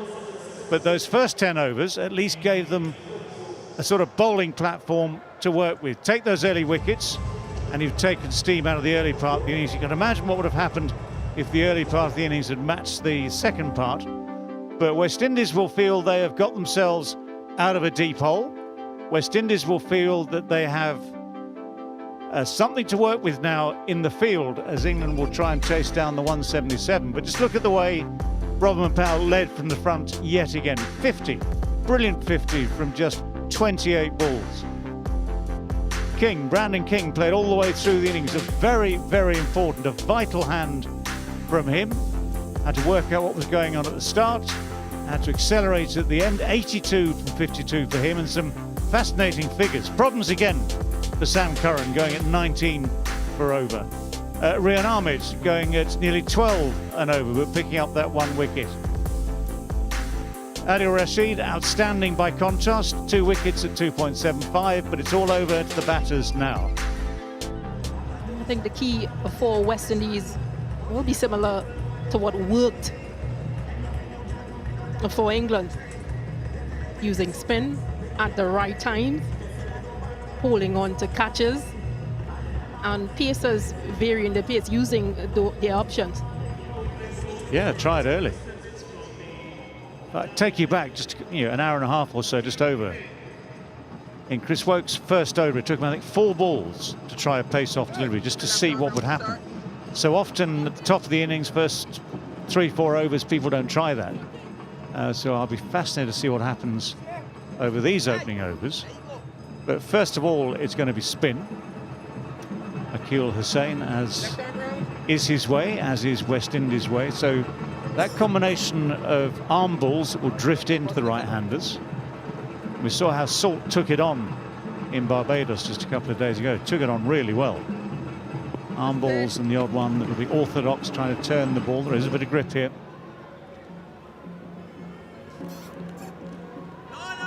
So Hussain to Salt. 177 the target. Oh, it's looped in the air. Oh, my word. That would have been a horrendous start for Phil Salt and for England. Trying to tuck it away on the onside. The leading edge, just enough to loop it over the head of Hussain. They're trying to work it into the leg side and gets a leading edge. It lands safely.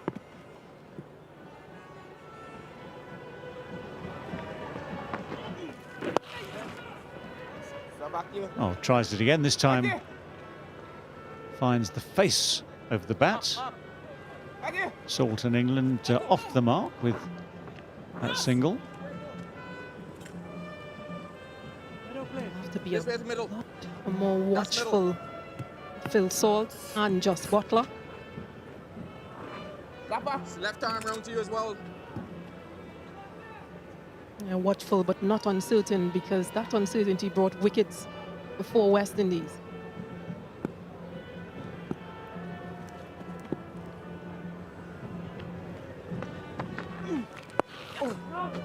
Well, Buttler almost falling into the same trap. That same sort of line, same sort of drift, and just stopping on the pitch maybe a little bit. This one not aerial though.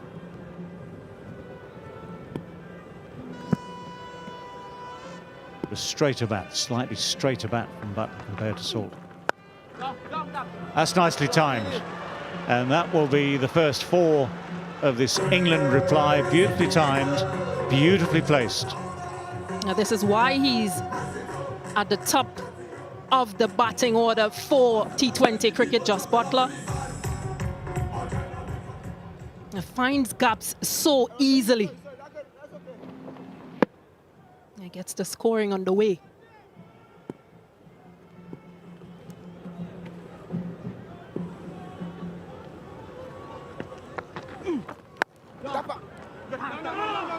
It's a good stop this time.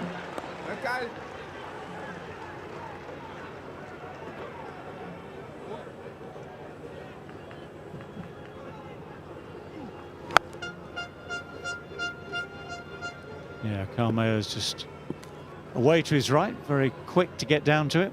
No. Oh, yeah. Let's stay right here. Slip comes in. Extra fielder for that drive through cover.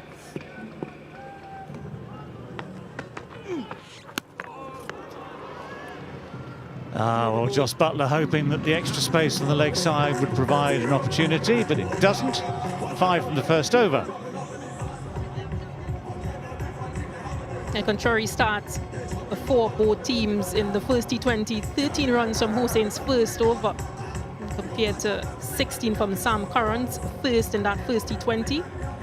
And today it's been 3 and 5 respectively. Different day, different pitch, different ground, different weather.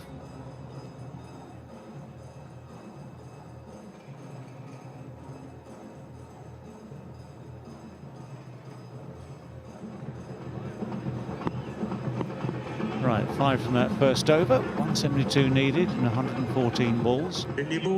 Jason Holder from the River End. A man of talent and experience, former captain of West Indies. They just need to get on with this over, don't they? They need to get this over started. 60 seconds, gentlemen.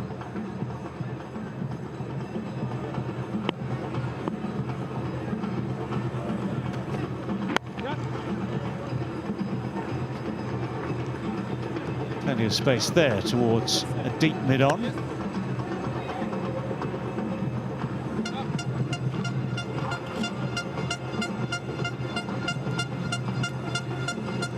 He's very well known, Jason Holder, for his pace-off deliveries. He uses those cutters as well. Again, his height will play an important part in those deliveries.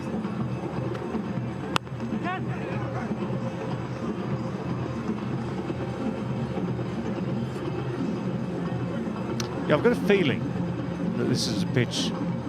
Yes, you can score runs on it, obviously, because you saw the last 10 overs from West Indies going the distance many, many times. So once you get in, once you get settled, you get timing, then you can make runs, obviously. But I've got a feeling it's a pitch where 2 or 3 minutes of reconnaissance doesn't go amiss. You can try that if you want. Yeah, a few of those deliveries went for big hits when West Indies batted. Width on offer. Well, he's called for fresh gloves, I think. You saw how the bat slipped out of his hand there, so strange, very strange, unless those are gloves he used early in the day in the warm-up and they're still moist inside for some reason, who knows, but he's gone for the new gloves. I'll be hoping that he gets a grip, as they say. Might have a better grip.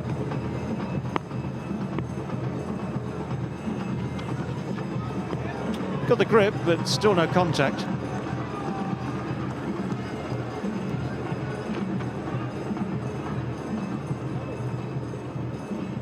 Just rolling his fingers down the inside of those deliveries, Jason Holder.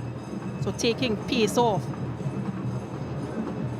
Well, it's exactly what we were saying 5 minutes ago, isn't it? How soon would they go to this? Because it was an option that came slightly late in game one, but an option that worked really well for them. And with brand new ball, brand new batsman, it's always a good, I would say it's always a good option. I think the difference is the West Indian bowlers are quite accustomed bowling those types of deliveries and taking pace off because of the pitches that we've created within the Caribbean. So it becomes easy. It's something that's always in their artillery compared to England, who had to bowl a few balls. A number of bowlers had to bowl a few pace-on deliveries, then try their slower balls. It comes natural to West Indians. It's well bowled. He followed him. A bit of movement in towards Jos Buttler as well. The other side of that same coin, though, which we'll come to in a moment, is trying to take wickets orthodox. 8 without loss after 2. Right, I flipped that coin. And one of the things, of course, you're always thinking also with the new ball is that if there is any movement around, be it swing or maybe off the hardest of seams, and you can get the deviation and you can get a wicket by what I might call traditional methods, well, any wickets at any stage, but especially early, are very, very valuable. So you've got that balance to try and strike. But West Indies will be happy enough to get England down to 8 off these first 2 overs.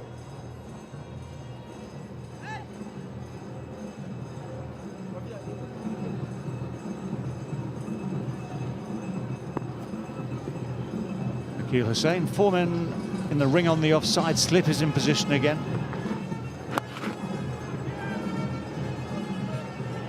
The idea was to try and make space to get it over that offside, but Hussain has followed him well. Which is why he has those 2 fielders in the deep on the leg side. He knows that he does not want to give too much width on the off for those deliveries, for that adjustment to be made, to be hit through the offside. And more adjustments being made. He wants a slip in play.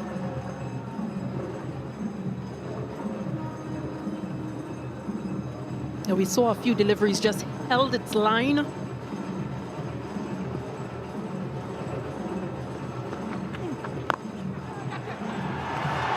The simplest of catches, accepted with glee. All those machinations work against England, but for West Indies, the field changes, the field placements, the skillful change of pace from Hussain, and an easy chance taken very easily indeed. They had to play at the delivery because, again, he advanced Just Butler. So just pushed at that delivery from Akil Hussain and found Kyle Mayers. He goes for 5. It's 9 for 1.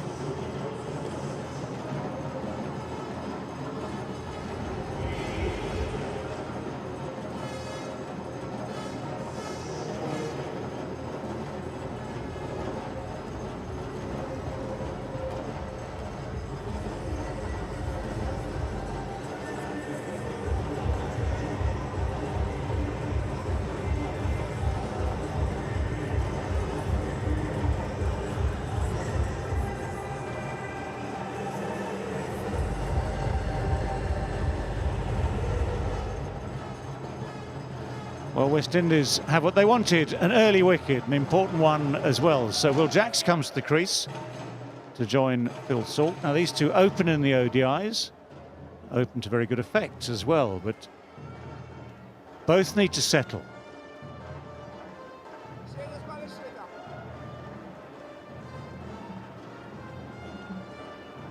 Clever bowling from Hussain. Still 4 balls left in this over.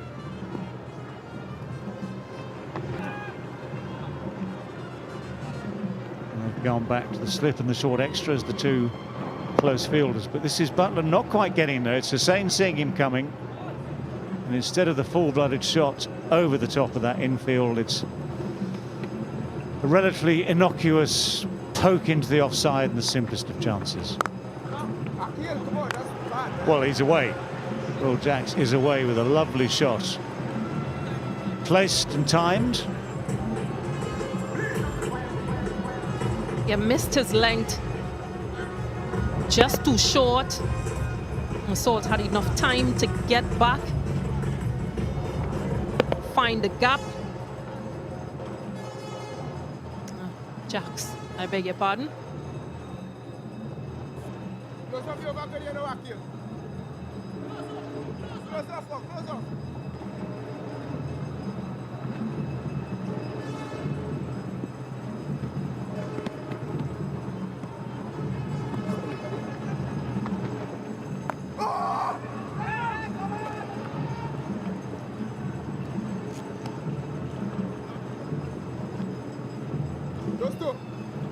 One of the things that Akil Hussain has done for years now is just mix it up in this opening over. He tends to bowl the first over in innings. Saw the leading edges, a couple of them. We've seen a bit of turn. So look, 3 or 4 going straight on with the arm, a couple turning. That's the challenge if you're up against him.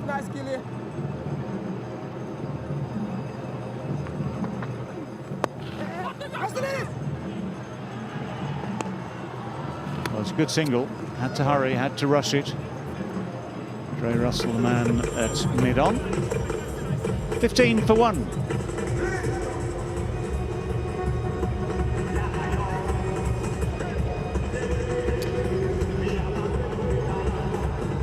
At the equivalent stage then, after a mere 3 overs, West Indies steady starts, hadn't lost a wicket at that stage. They were soon to lose some though. 19 without loss. England lost their first for just 15.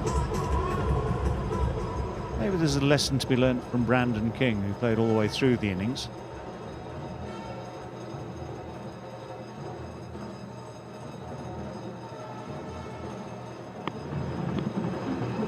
Holder.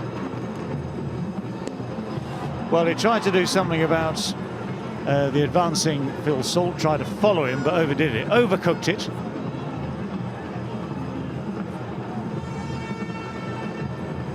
Yeah, wayward delivery.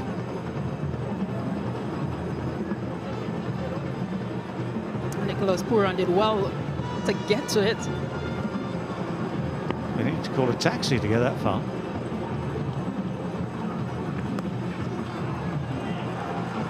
Well, that's a good shot. Maybe anticipating, maybe premeditated, but with the man up in the circle, virtually any bat on this, that was going to be 4. But it's actually a straight ball, which he's manoeuvred by going so far across to the off stump. This cat and mouse game that batsmen and bowlers play all the way through these T20I matches. A good lateral movement from Phil Salt.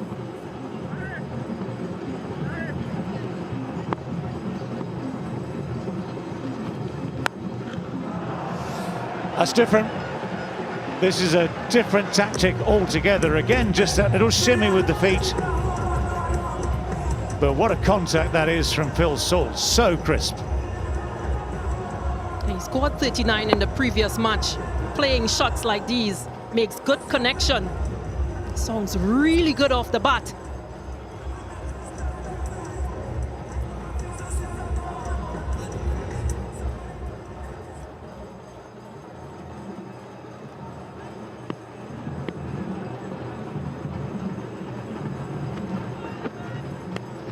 I mean, another wide. He went wide of the crease at the delivery point. It's just extraordinary. This is the pressure that someone like Phil Salt can put even on someone like Jason Holder, a very experienced performer in this form of the game. So twice he's overcooked it.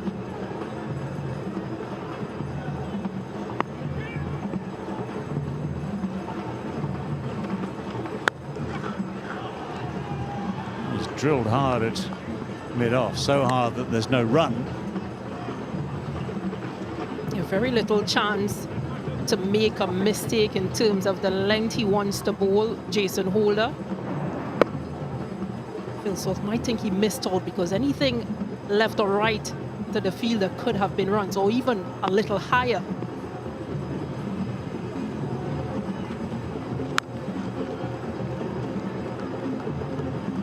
There's that crisp sound off the bat again.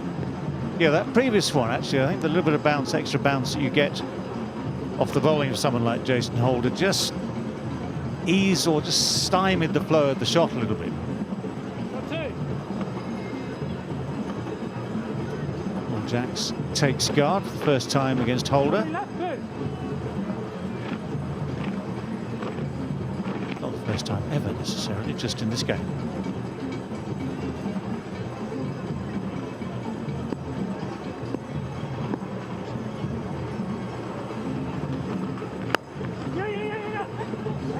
Got to hurry, just got to hurry, but the throw misses.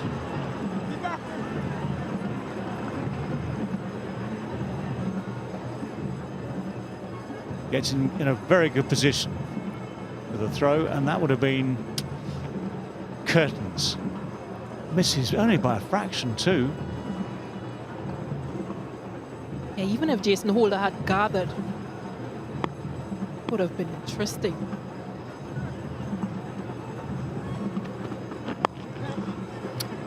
Full toss gets clipped away.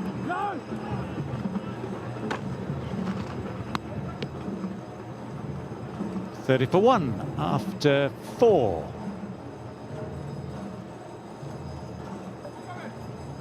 And 15 runs coming from that Jason Holder over. And this is where things stand. 176. West Indies made in their innings, being sent into bat by England. Just Butler winning the toss. In reply, And England 30 for 1, another 147 needed from 96.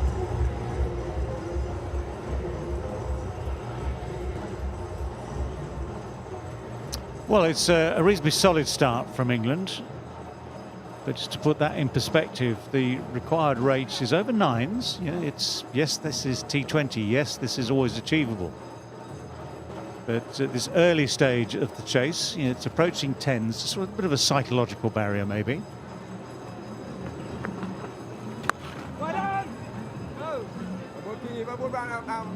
Well protected offside field. They pierced that barrier a couple of times between them, between Butler and Jacks. This time it's Salt who can't find that way through.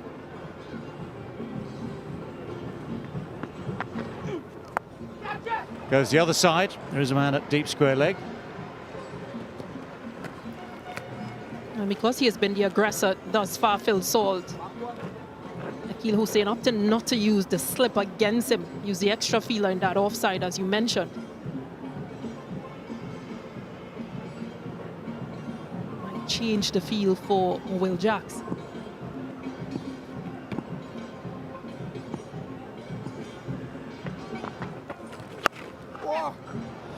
Well, that's clever. There's a bit of power involved as well, but the footwork was good. So the setup was great for Will Jacks, and this time Hussein didn't quite follow him enough. Well, this has worked much better for England, using the lateral movement in the crease. So just making that step back to open up the offside scoring options, and he executes well. Yeah, you see how far he's gone, and that ball would have missed leg stump as well.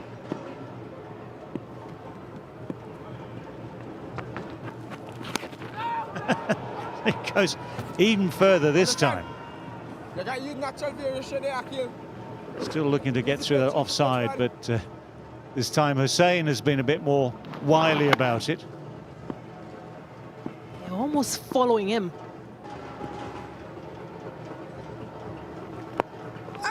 The chip. Unwilling chip is safe.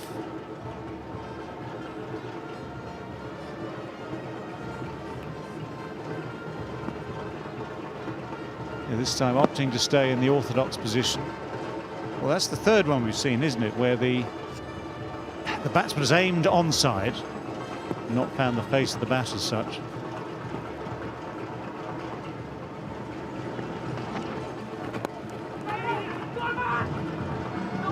Right, that's good running.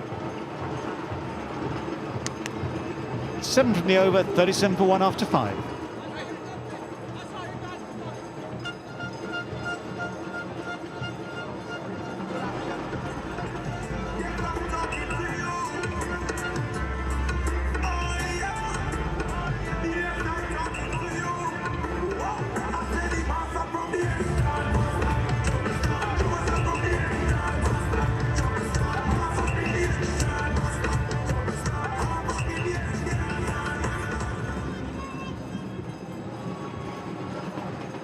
Change of bowling from the river end. The new bowler, Andre Russell. Balance at the start. This second innings. Time for a change in bowling. Andre Russell. Career best figures in the last game, into the attack.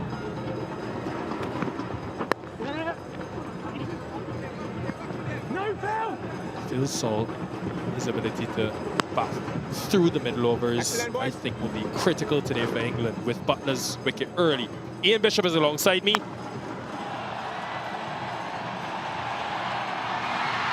What a performance this was, Bish. 3 for 19 the other night at the Kensington Oval. Yeah, great control, great understanding of what batters were trying to do at different points.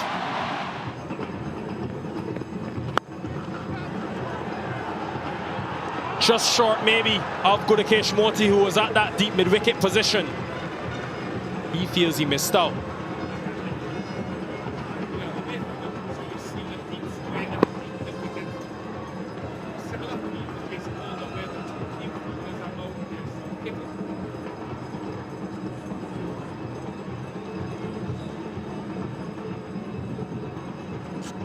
two deep fielders out on the leg side. So they're asking batters, as Jason Holder did, ask them to hit into the wind. At least for the last over of power play and inside the power play.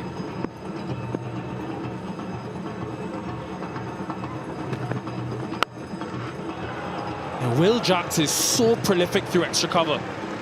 Continues to be.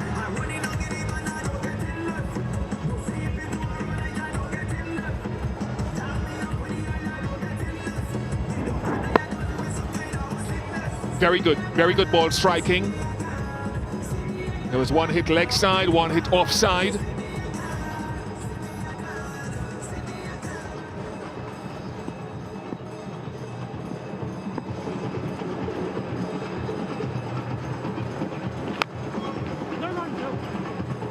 Similar line to what they persisted with against him in that first international.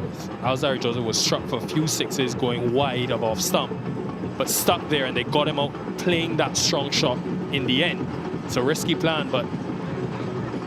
Yeah, correct. I'd say you're correct in that it being risky. Sometimes bowlers who have great control and experience will bluff, but generally, where you've got your deep fielders is where you tend to err. So usually with this field, you'd think he'd go into the pitch, either pace off or pace on, with those two deep fielders lining the boundary, or bowl straight.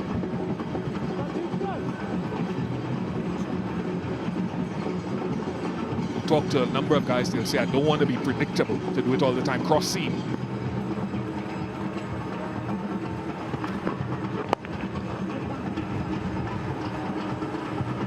Pace off.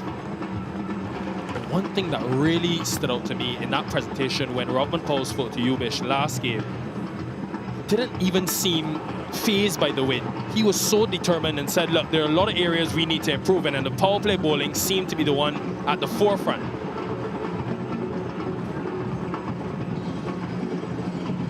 Understands the difficulty of battling in a T20 World Cup.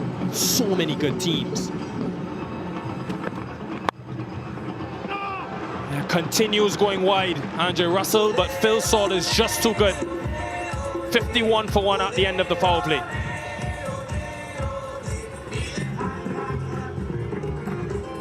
So at the end of the power play, it's 50 runs for England on 36 balls and 26. Yeah, that's where we feel, I'll speak for myself, to use your words, Nikhil, it's a risky plan.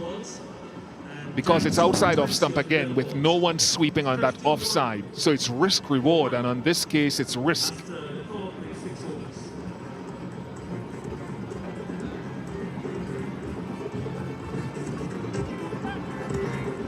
End of the power play. A strong start for England. Gurukesh Moti into his first game of the series. Left arm round. First time we were seeing him and Akil Hussain, the two left-arm spinners in the T20 squad. Saw it with England with two leg spinners. I wonder if this is a model that they can take forward to the T20 World Cup.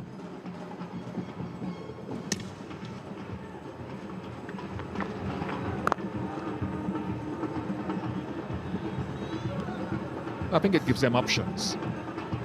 There are games when you're going to think, well, someone spinning the ball the other way is a matchup contrasting with a left-arm spinner.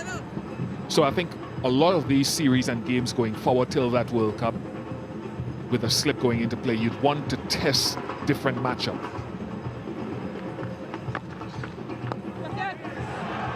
Aerial just over Mears.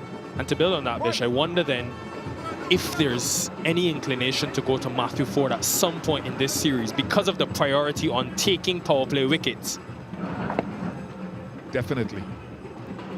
And a little bit of grip and turn there for Gurukesh Moti to these two right-handers. He's such an excellent bowler.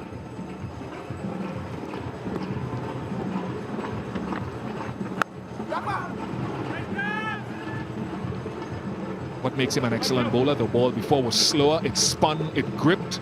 That delivery a little bit faster and into the pitch with Joseph getting loose, so he must be coming into the attack soon.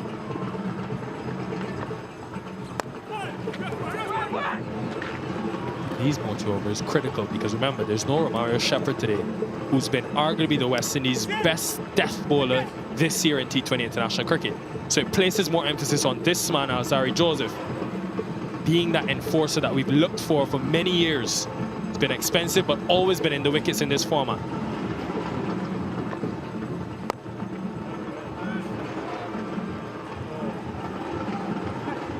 It's very good, Moti.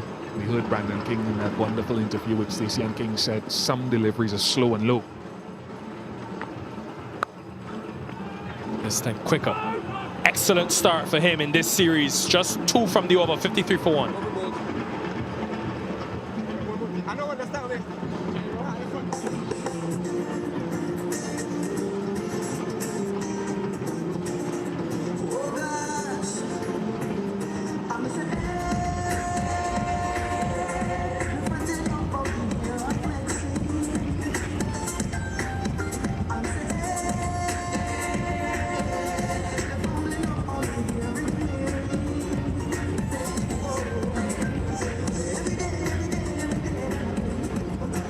Things quite tight at the moment. These were 50 for 2 after 7. The time for some extra pace. Alzarri Joseph outside the power play will have an important role without Romario Shepherd today.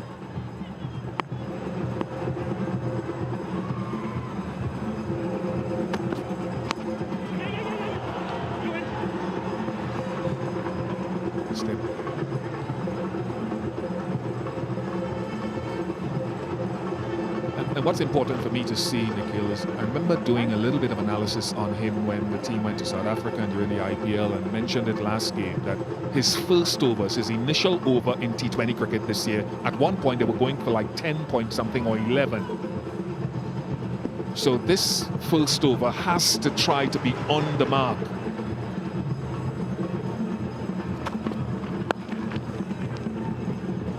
But in that assessment, Bish, was it a case of maybe searching for a wicket-taking delivery or trying to assess the right length and then going for runs? I believe a mixture of both.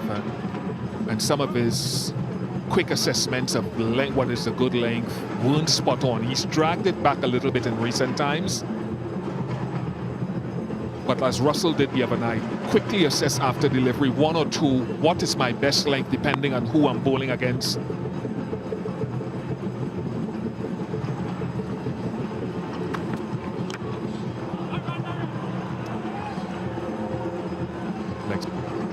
And if I may stretch that a little bit, Nikhil, I'm seeing 3 deep fielders on the leg side boundary. So part of that is going to be going into the pitch, asking them to hit into that wind with the odd change-up with a deep third and a deep point. Salt was caught at deep mid-wicket in that first game on the pull shot. It's a small margin of error because he's so strong on it, but it's into the wind as well, so he was playing with 2 advantages. This could be a chance. It is a chance, taken superbly by Powell. The pull shot again to the detriment of Salt. And very good bowling into the pitch, asking them to take on those 3 deep fielders leg side into the wind. That is routine for Rovman Powell when he's at his best fielding capacity. Very smart bowling, good field setting, good catching. Salt goes for 25, 5 for 2.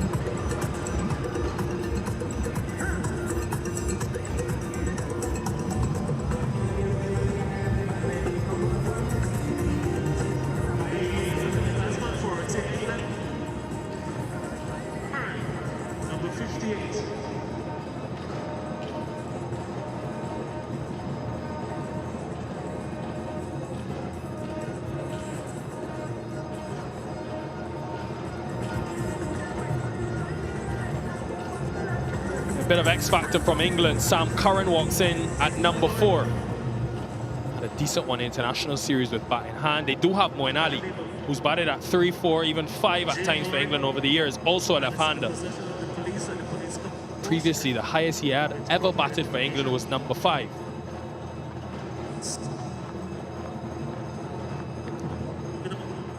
simple things, little things, bowling straight, bowling into the pitch largely and bringing those deep fielders into play.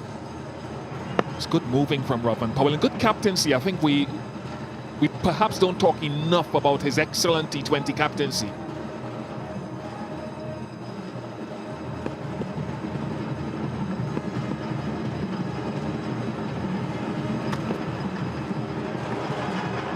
Sure, again.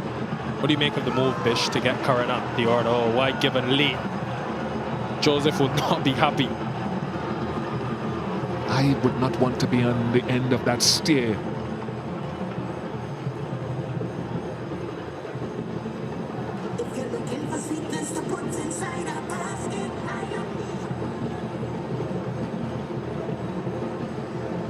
Curran is a shorty.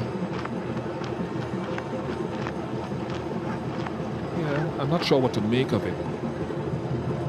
I assume they're asking Curran to play a few strokes.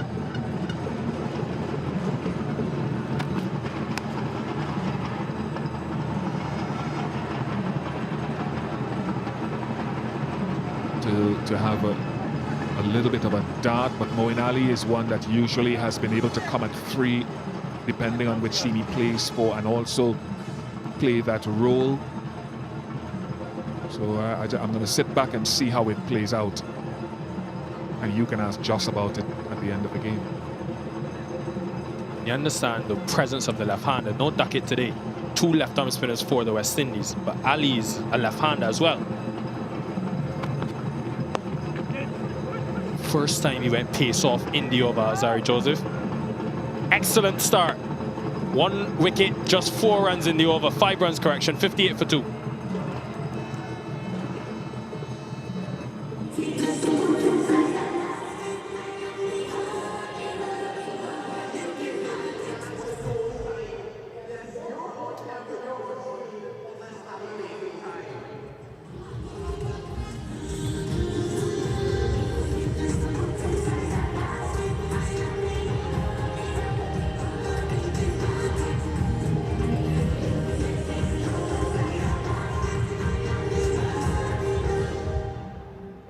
We'll be hoping for a partnership. Moti continuing.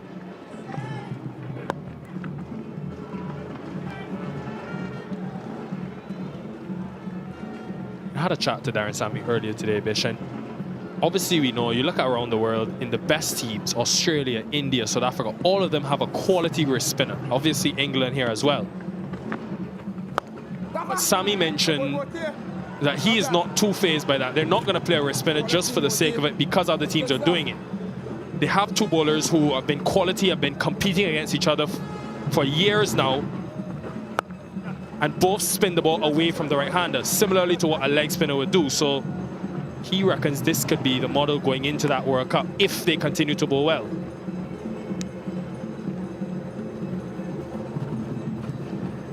I'll fill in the gaps in that explanation that I see. Some teams would have used a left-handed batter here against a left-handed spinner to try to go take him down, but he'll be hitting into whatever little wind that is if he gets the opportunity, Sam Curran.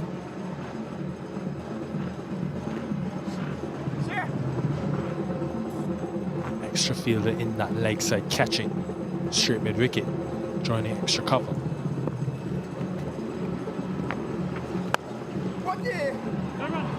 Yeah, I don't blame Sammy for that thought. I wouldn't even bat a left-handed, play a left-handed batter just because he's left-handed. 2 right-handers dominated the West Indies batting effort, King and Powell.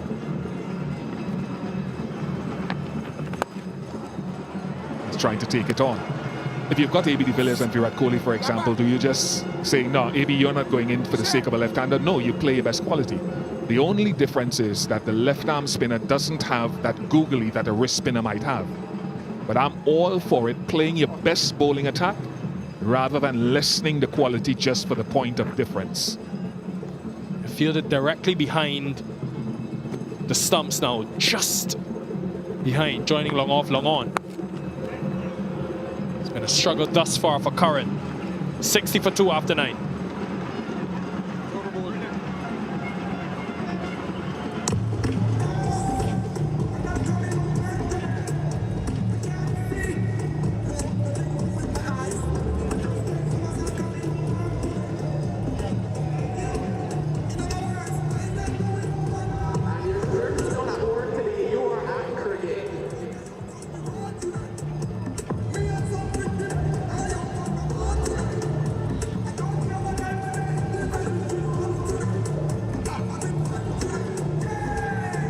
first time in 2 years we've had T20 international action at the National Cricket Stadium in beautiful Grenada.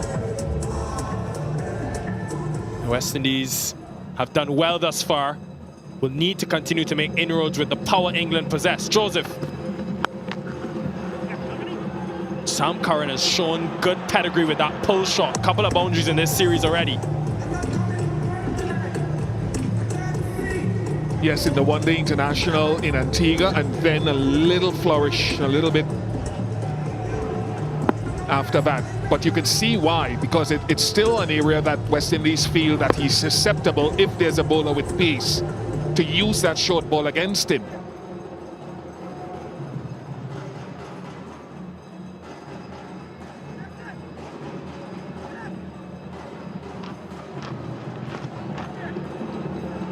Field still has 3 deep leg side, long on, deep mid wicket, deep backward square. Mid off is in the circle.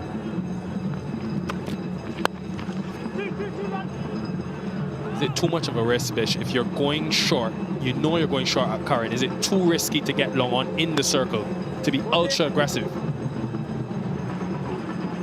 No, I think you want your long on in position if you're going into the pitch, because if you're pulling, if he hits it over mid off, it's okay, but I think you can still be aggressive, because he just can't afford to duck and leave everything unless it's over shoulder height. He has to go at it, so long off, long on, mid wicket and square leg are imperative. Got him in the last game, Will Jacks. He could have him again. Hasn't got enough distance on it, and it's taken by Holder. Wells at long on. It's one of the reasons why, as we were discussing, you need your long on in position if you're going to go into the pitch to a left-hander or right-hander. And again, smart bowling by Joseph. Make them hit to where you have set most of your deep fielders, and that is leg side. That wind isn't necessarily helping there, but the theory is right. Very good from West Indies. Jacks goes for 24, 65 for 3. Time now for Blue Waters drinks break.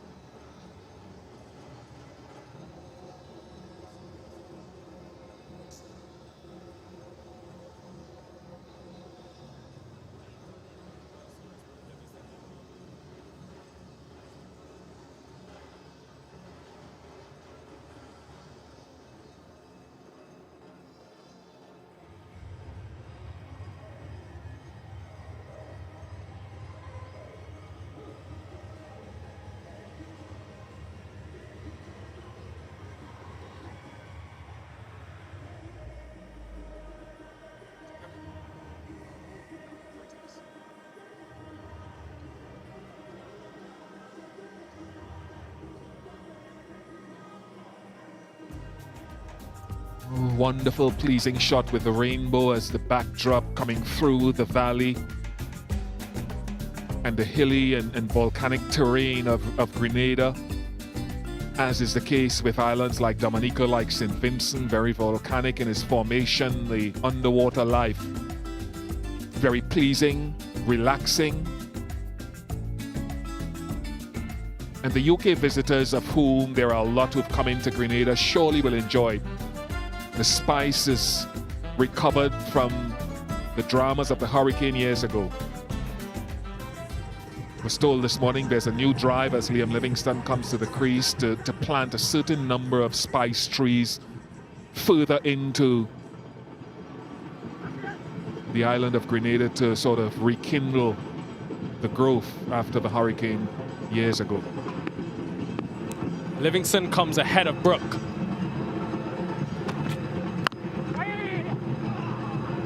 They went to that wide fourth stump line a lot to him in that first game. Went pace off, made majority of the time.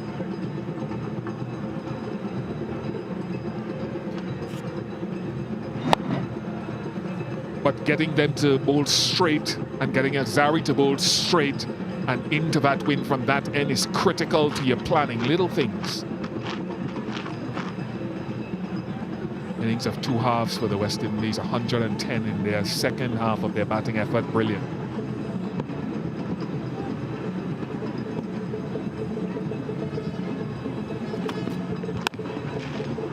Saw it in the South Africa series. He went short a lot in this series as well, and today, Bish.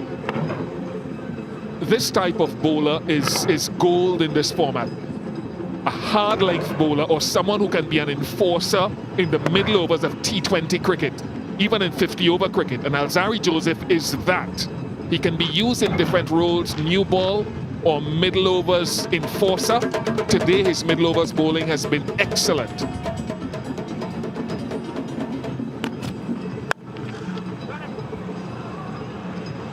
Ends with a boundary. And no ball signaled. But knocking the bails off at the non-striker's end.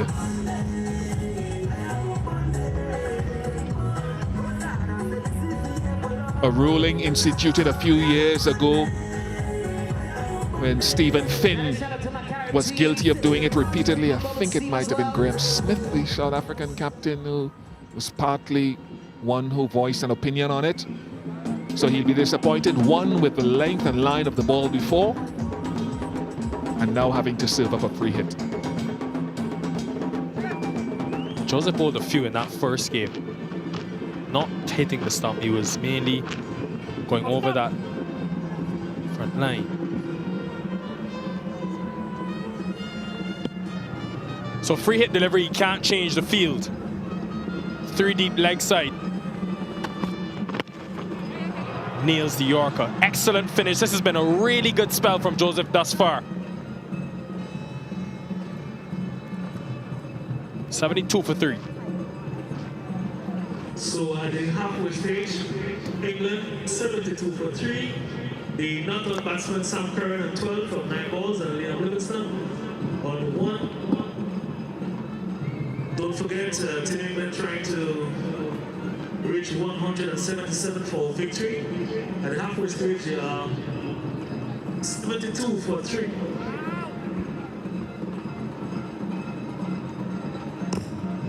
Over.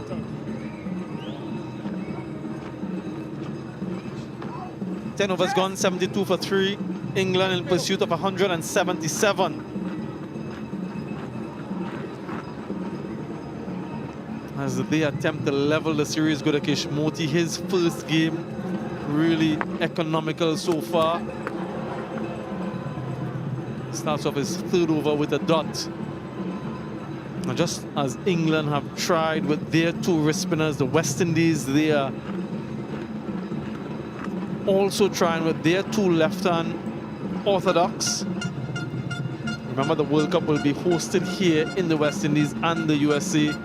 T20 World Cup, that is, in about 6 months' time. And so both teams are still fine-tuning what their best combinations are.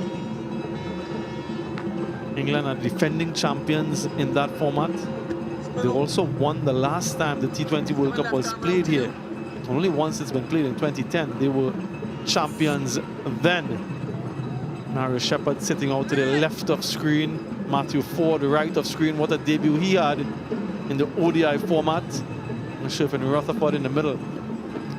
Hoping to see a couple of those featuring during the course of this 5-match series. Stacey and King alongside me. Stacey, and comprehensive win for West Indies in game 1. They seem to be on the verge of another. What has impressed you the most from them so far? Hello, Samuel. Yeah, I think the option of bringing in that extra spinner. Their batting has been good.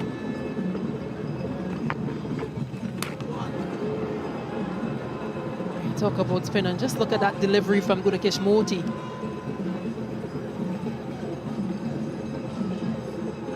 A few deliveries have really stuck in the pitch for the spinners. Caught a few leading edges that landed safely.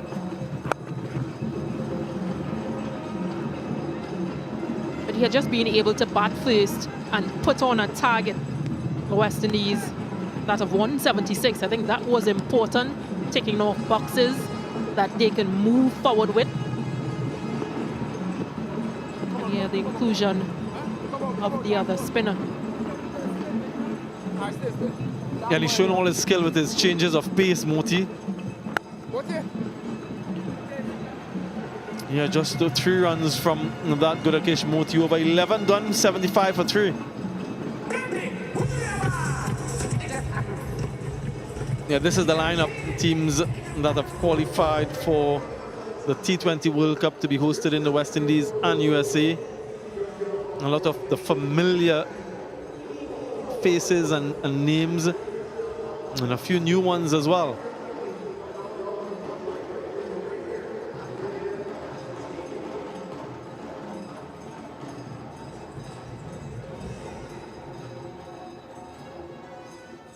Africa qualifiers: Namibia and Uganda, no Zimbabwe. Ireland, Scotland, PNG, Nepal, Oman, Canada. And of course, the top 8 finishers from the 2022 T20 World Cup, along with Afghanistan and Bangladesh. Those are the teams.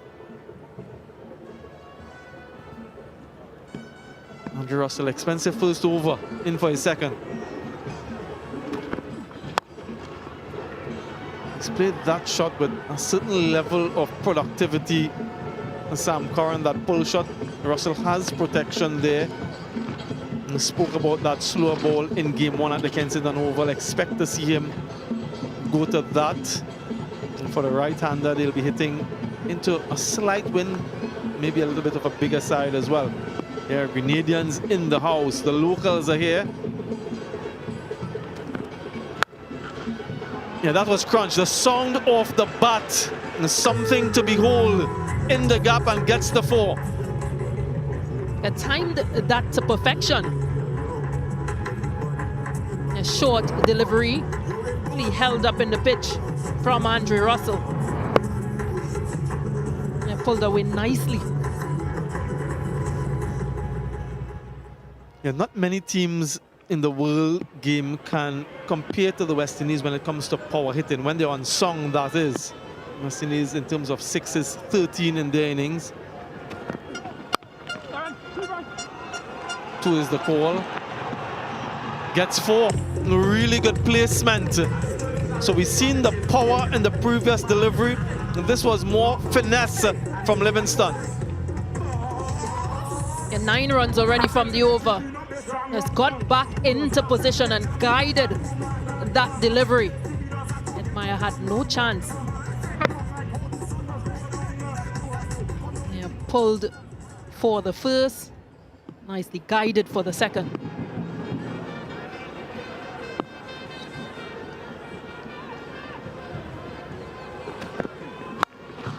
Wow. 4-4-6. The best of the lot so far in the over. Expensive first over follows up similarly expensive. Giving a bit of a taste of his own medicine, Andre Russell. Livingston pulling this one, already getting 2 4s from the over and picking up a 6 this time. Total rushes on to 90. The manual scoreboard, the guys there might be seeking refuge after that last shot. I mentioned before that not many players in the world and teams in the world can compare with the West Indies in terms of power hitting. One of those players, though, is Liam Livingston. 16 from 6. It doesn't matter where those fielders are on the leg side.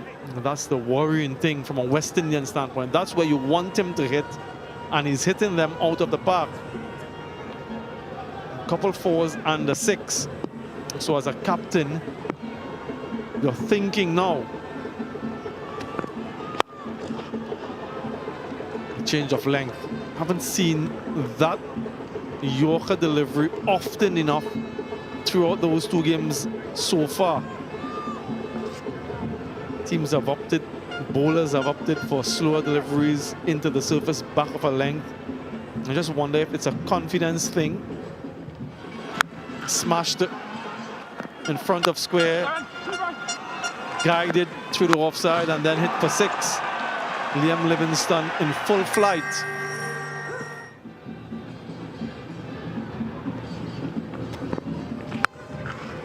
Crunched again. The sound of the bat is so sweet. Andrew Russell taken to the cleaners, and that over 22 is what he conceded. 97 for 3.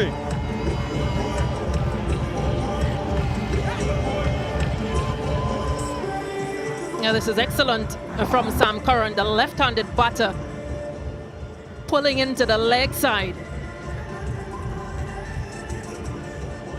Yeah, up a couple steps, but the connection was on point. 22 from that Russell over.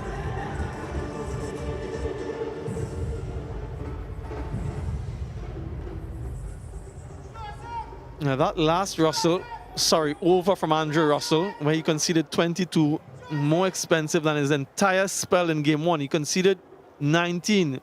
3 for 19 is what he got in game 1. Second over went for 22. Moti for his final over. Now just look at what Gudakesh Moti has been able to do. In his final over, only conceded 7 runs so far. So he's brought a certain level of control through the middle overs. Economy 2.21. High. Who wants it? Rovman Powell wants it. Rovman Powell takes it. So the pressure that he's been creating finally brings some reward. And the dangerous Liam Livingstone. Moti is over the moon. Yeah, he's varied his pace quite well. He's bowled well. Gudakesh Moti, economy rate just above 2. Livingstone trying to take him on. Brilliant catch from Rovman Powell once again. Moti gets the breakthrough and the captain is happy. Livingstone goes for 17 from 9. It's 97 for 4.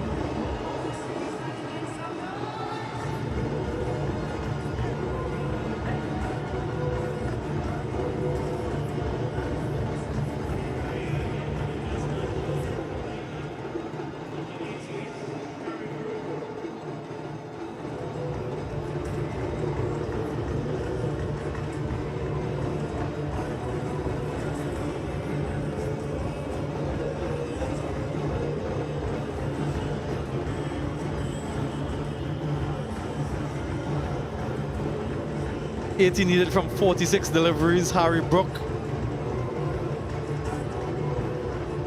makes his way out to the crease.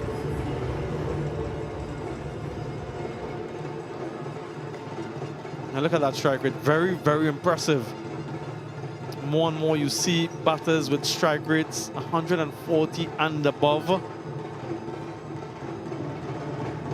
They'll need something special from him. Gudakesh Moti picked up his first T20 international wicket. Important strike for him and for the West Indies. Only once before has Harry Brook batted in that number 6 position. So England trying a few things. Yeah, this was the wicket of Liam Livingstone. Advanced to make connection, but made more height.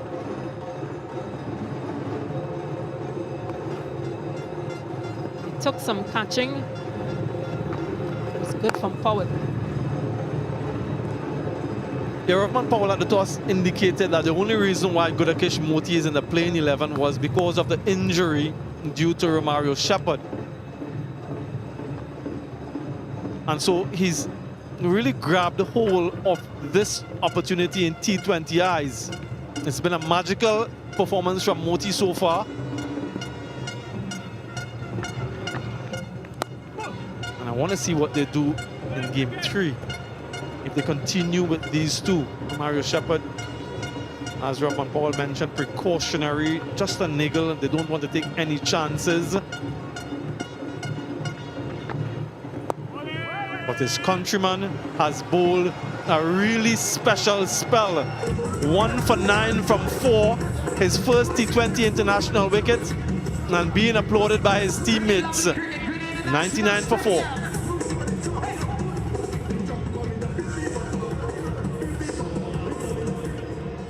British 14 4 overs. 9 runs, 1 wicket. The 5 bowlers used.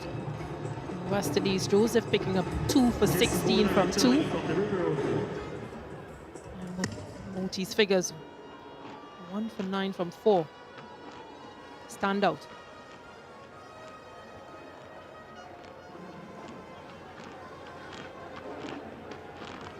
Yeah, the 2 spinners, Moti and Hussain, picking up 1 wicket apiece.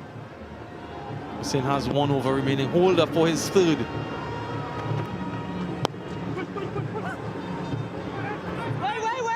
Brings up the 100 for England. Thought about 2 momentarily. 56 dots when West Indies batted 33 dots for England so far. The difference though, and has been the difference in the first game as well, the sixes that the West Indies are able to hit. 13 in this game, 14 in game 1. England only managing 3 so far, and they only managed 6 in game 1.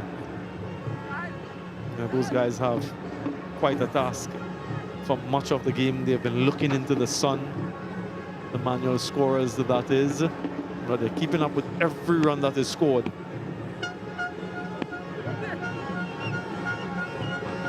He wants to make a change in field, sends his short 3rd back to the boundary. Long off the mid-off.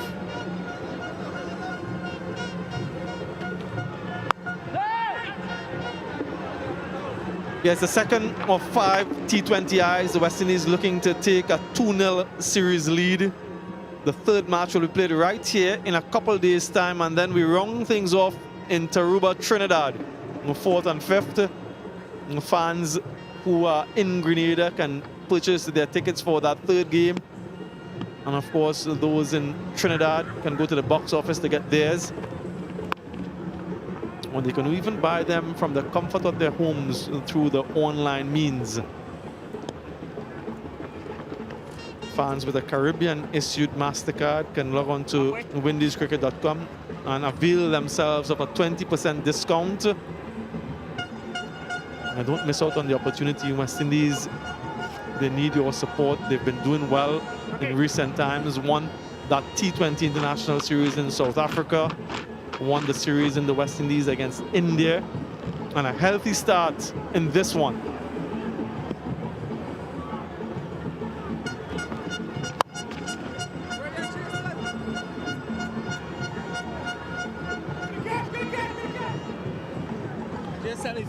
Won't mind just 3 runs from this over thus far. Jason Holder has been good. Even though he's gone for 21, he's used his variations as well, taking pace off.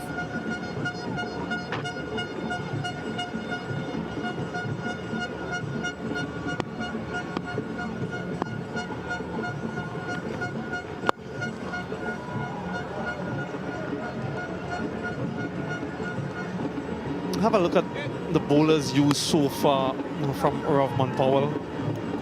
Just the 5. But look at Andrew Russell's figures. 2 for 36. Only 1 dot delivery. Does he go to someone else for an over? Or does he rely on Russell for those remaining 2?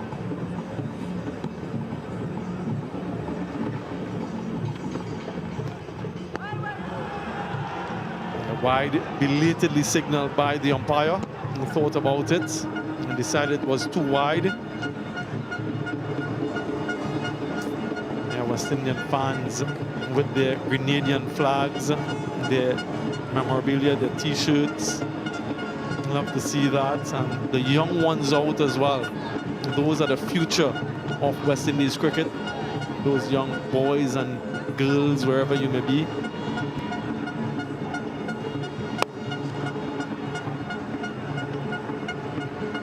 just cost him single that wide. 72 from 36 needed. 105 for 4.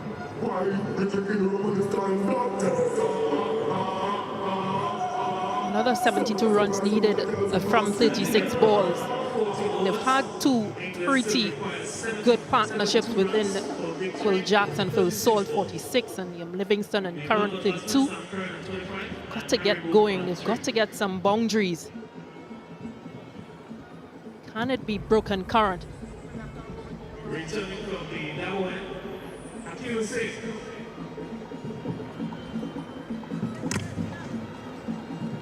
No one really got going for England. And so their required run rate is quite high at the moment. They need 12 runs and over. Only going at 7.5. Akhil Hussain for his final over. Does Curran try to take him on?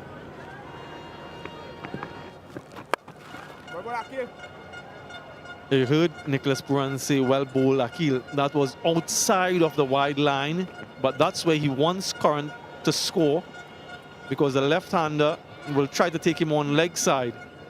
Maybe a change of plan for the right-handed Brook. Ask him to hit to his offside. What field does he have? He has the sweeper on the boundary, a long off, long on, and deep mid-wicket, deep backward square. Fielders inside asked to cut a single.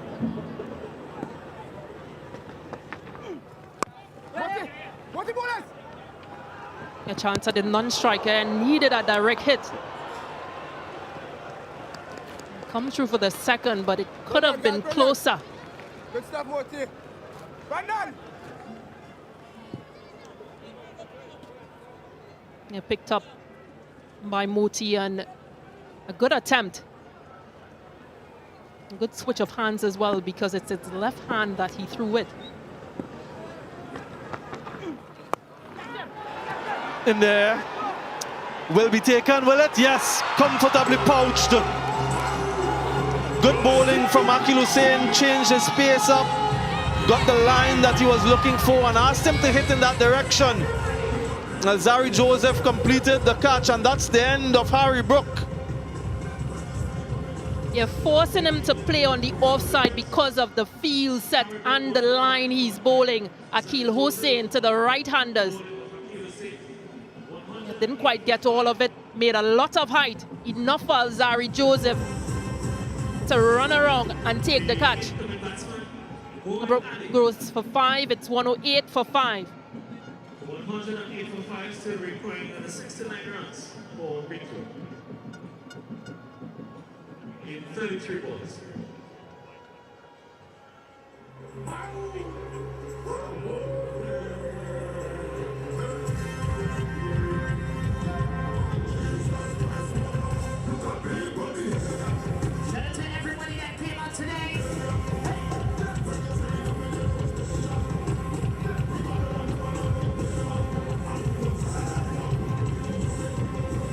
Moeen Ali brought in for this contest in at number 7. Another one of those batters with a strike rate over 140. Many more innings for him, so he's done really well throughout the course of his T20 international career. They need something inspirational, England. 69 from 33 West Indies in a very strong position, looking for another clinical victory.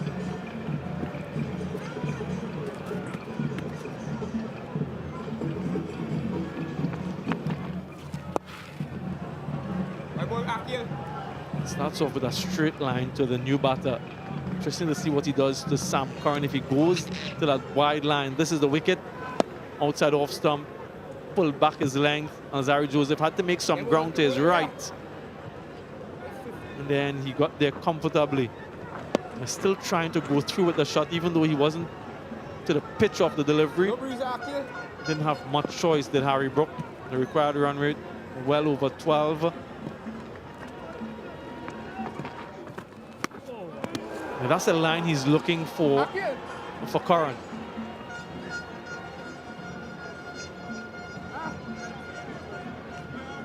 picking up pretty good figures, 2 for 23. Best figure, still a ball to go, so can still make better of that. Yeah, his top 3 best performances with the ball against England. And that's the end of Akil Hussain. 2 wickets for 24 from his spell. A very strong performance from him. 67 from 13, needed 110 for 5.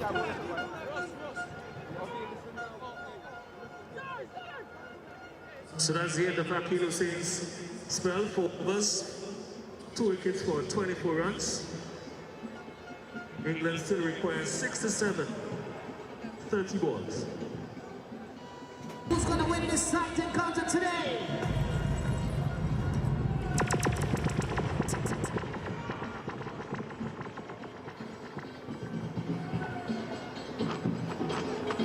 The impressive Alzari Joseph with 2 for 16 returns to the attack. It was a little more expensive than he would have liked in that first game, although he picked up wickets. Can he continue the good work?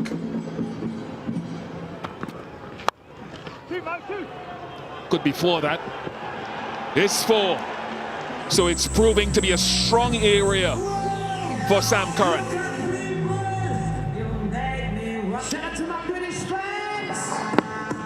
Yeah, just gets enough of it. Gets the placement spot on as well, just a little bit short. No real bounce in that. Bisects those two perfectly.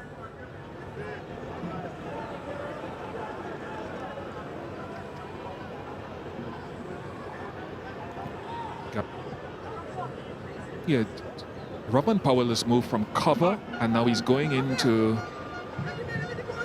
a leg side position, not finalized yet. Now he's changed his mind now. He's coming back across to the right of your screen.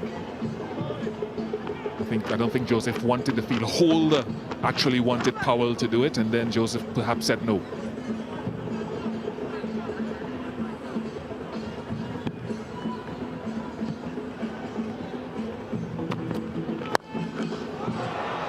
Latched onto it. So I think it was pace off, but again, too full. And Sam Curran played it magnificently. Yeah, it's a great shot. Yeah, fingers over the top of the ball, but just that bit of width that opens up those shoulders, opens up those arms, and beautifully struck. So in the end, it didn't matter where that man moved to, whether Powell moved onside or back to his position on the offside. Alzari Joseph didn't miss by much there, but that's all it takes.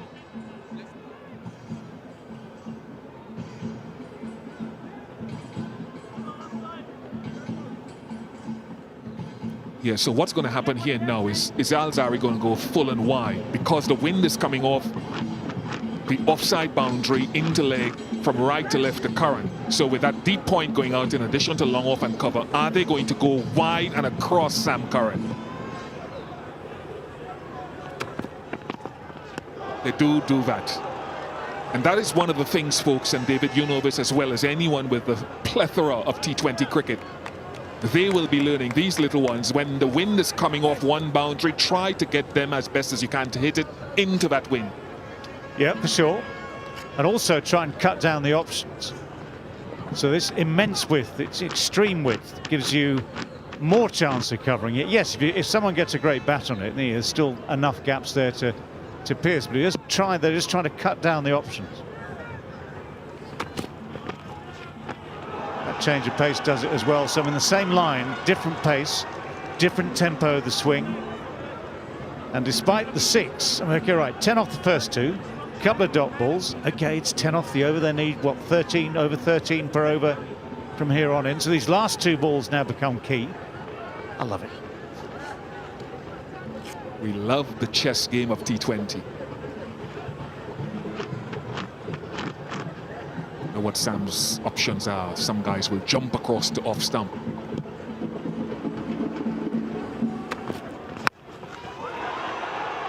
He doesn't. Chance? No. Lands safely. Ooh. Yeah, it didn't really go either one way or the other here. Full swing of the bat, yes. Big outside edge loops. If one of those men had called maybe a bit more decisively, one of them could maybe have made more of an effort to get to it. Probably Carl Mayers, I'd suggest, because the man coming in normally has the better chance. You can see the ball all the way. It's easier to judge coming in to meet it.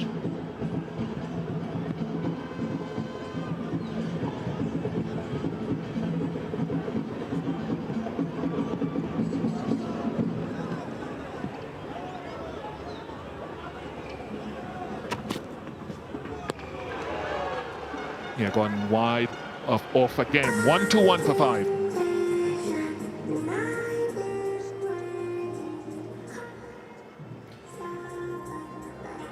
Well, given the circumstances, West Indies and Alzarri Joseph will take 11 off the over.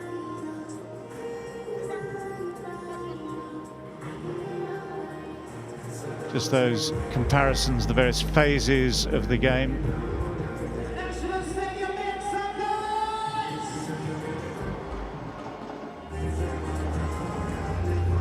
Right, whatever's happened beforehand, England still need 56 in 24 balls.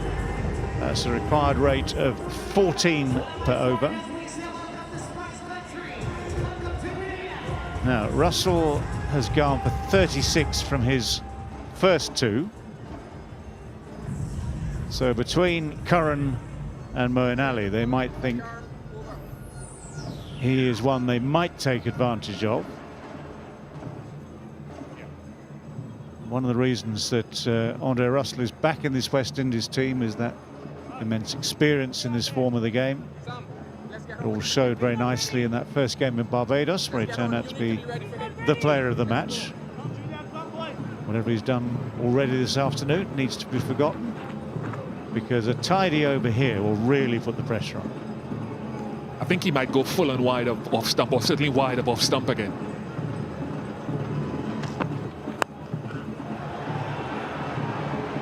Six of them, great way to start the over. For Sam Curran, this is proving to be could be a decisive innings. He picked that up nicely. Just get the feeling that Andre Russell forgot all that experience, because that was pretty much what Sam Curran wanted. Nice length, the sort of length you can get underneath the ball, and it wasn't as wide of off stump as you were suggesting it should be and might be. Fine shot, absolutely nailed it. Yeah, with that field, he needed to be wide, as we rightly discussed. Now they've changed the field, so now they're pushing a deep square leg back in addition to mid-wicket and long on. So it gives him added protection to he could possibly go Yorker at leg stump or into the pitch. But with two deep fielders offside, another couple of options. He goes leg stump, well tickled, 10 in the first two for Sam Curran. 46 needed for England. Well, one thing that's always been said about Sam is that he is a competitor, and he's using his experience now. He might be the younger man by some distance, but he's outguessed Russell here, because that little shuffle across the stumps, the straightening of the line from Russell, just gives him that opportunity, and with the long leg up on the edge of the circle, that tickle was more than enough. So great start to the over for Curran in England, 10 from those first two balls. Now what, Andre? Now what? Execute better. Neither of those first two deliveries were good execution.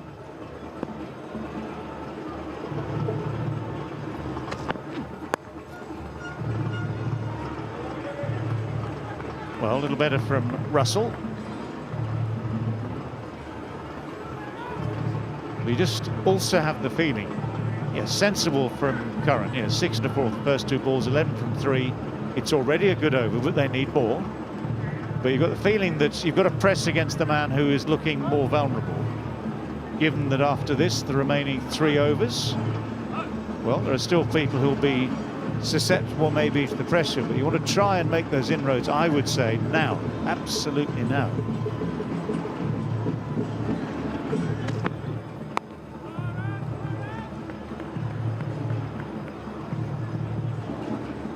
required rate at the start of the over was 14, so they've gone 12 with 2 balls to come. Chris Wokes to come, Rehan Ahmed, Adil Rashid, Timal Mills, if needed. Well, the rules, I mean, the cliches in this game are ever true. The man who's in, Sam Curran, who's going well. If they're going to do it, if they're going to get there, so much relies on him.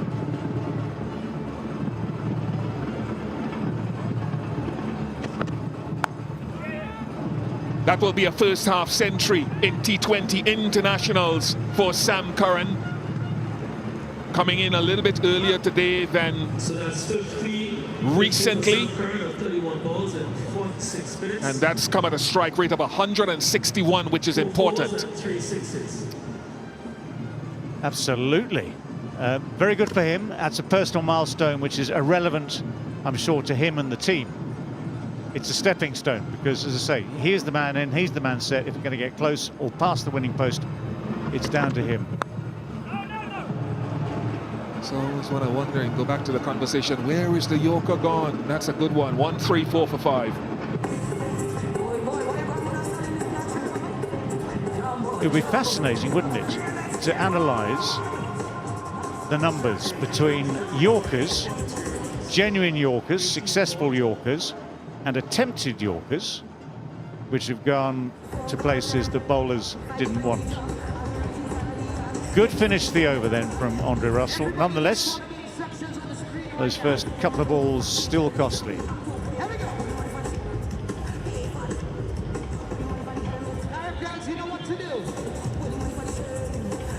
Right, a chance for you to bid for one of these West Indies shirts as worn in this series. One of your heroes, you can bid for that. You scan the QR code on screen, download the app, matchwornshirt.com for your chance to win a piece of West Indies history. Joseph, will he go wide of off again? He does. It's out there. It should be taken. It's a chance. It's taken. Shades on for Akeal Hussain as he looks into the sun as it goes down. Again today, Alzari bowling to a plan, which is important. Yeah, he made it hard. He made it hard for Sam Curran there. Got underneath it, couldn't get enough bat on it this time. Cool, calm and collected. And it's Hussain who does indeed collect the catch that might well have dashed England's hopes. It's a great 50 from 32, but England needed Sam Curran to stay there. 134 for 6, 17.1 overs.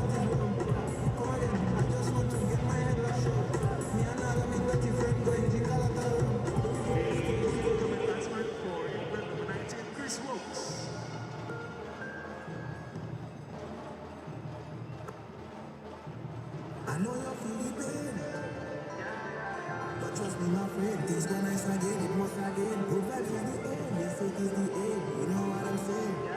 So come music must make me unite again. Cause we all love. Shut up, what is it, bro? Two elder statesmen now at the crease. Chris Wokes replacing Curran and Moeen Ali. But I must say, the way that Joseph and Powell have communicated with their planning all day for all three of his wickets bowling straight to the right-handers, getting them to hit into the wind to the right and left-handers is beautiful. Yeah, we saw earlier in the day communications, ironically, between Sam Curran and Jos Buttler, which didn't seem to work. You know, if there was a plan, I'm afraid Sam Curran with the ball didn't implement it. If there wasn't the right plan, then that goes back to Jos Buttler.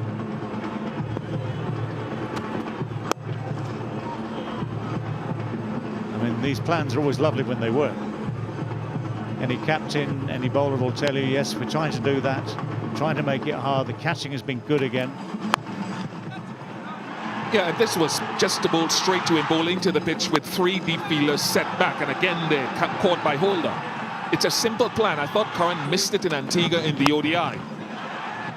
But today, Joseph, who went for a few in the first game, such is the nature of T20 cricket, has come back strong today with his planning, length and execution with line.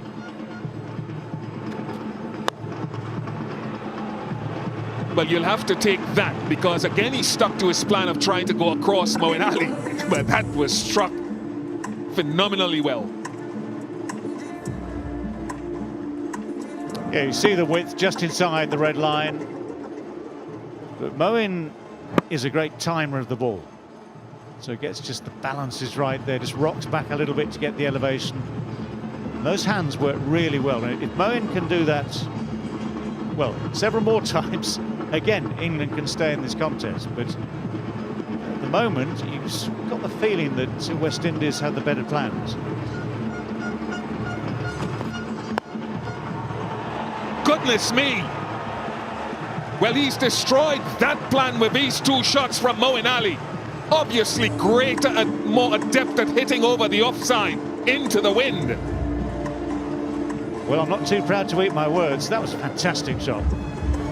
So the anticipation, just that little shimmy across to get closer to that width, and the execution from Moeen Ali. I mean, that is just timed beautifully. We've seen some power hitters in this game today. You know, Rovman Powell, for instance, as the power hitter of the West Indies today, has the muscles that make it easier. Moeen Ali needs that timing to get that ball to carry. You know, you got your plans, and then sometimes a couple of shots like that sort of belittles your plan. Same field. Change of length. Yeah, one of the outstanding things earlier was the way that Rovman Powell rescued the last part of the innings for West Indies by hitting the ball consistently well and consistently fast. So you get a couple of great shots, as we've seen. And the last couple of overs, we've had 4s and 6s, 1-4, 1-6 each time round. And it is certainly a step in the right direction. But Rovman Powell, he will add another one. And that's the question now for England. Can they make these strikes, get these strikes in, but add an extra one in just to take a little bit of the demand out of the equation.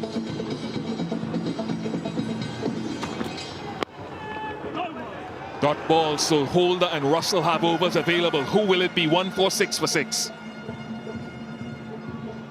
Yeah, and there's the proof in the end, because yeah, Woke's coming in, tough for him. He's got to get going rapidly, very, very quickly. And that over from Alzarri Joseph goes for 12. So you had the 4 and the 6, but you had the wicket, the 1, the 1 and the dot. And that 12 keeps their asking rate up above 15s.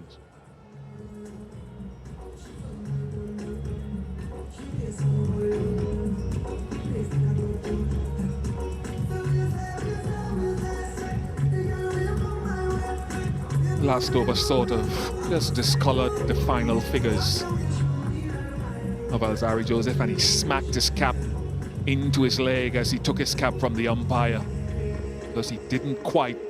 I suppose you have to give credit to Moeen Ali as well. Now it's Jason Holder. Live cricket action, West Indies versus England. Well, Jason Holder might feel a bit of this pressure. 3 overs, none for 24.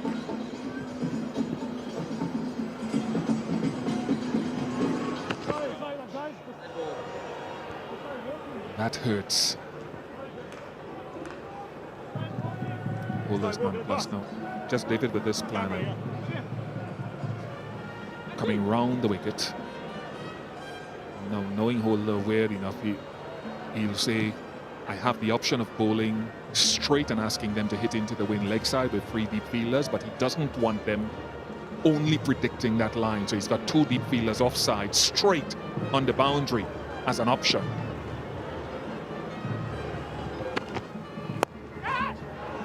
There's one of them.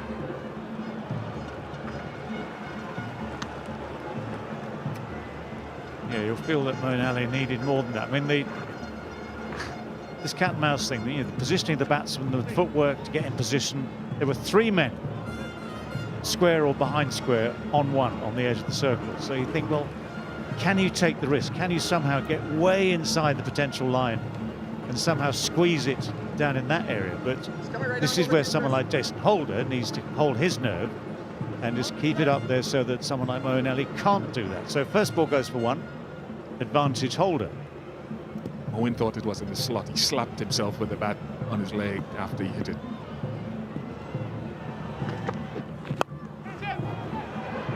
Hetmeyer should keep it to 1. He does.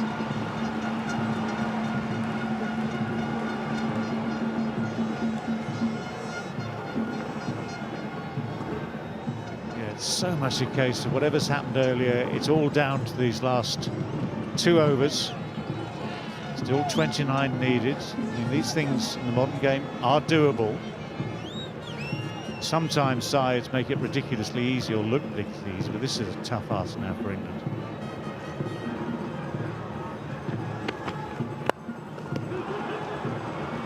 Very good.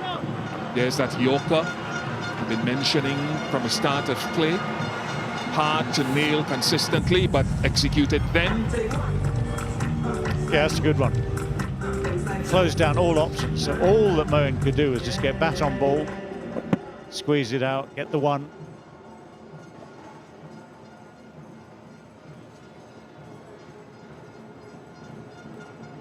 Depending on how this over goes, Russell is of the bowlers used the man with an over available.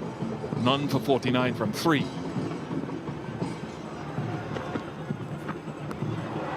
Very good from Jason Holder. Experience and skill again with that Yorker. Yeah, I'm a great believer in the penultimate over being so important. If you have an expensive penultimate, doesn't matter who's bowling at the end, if it's within, say, 10 to win or fewer.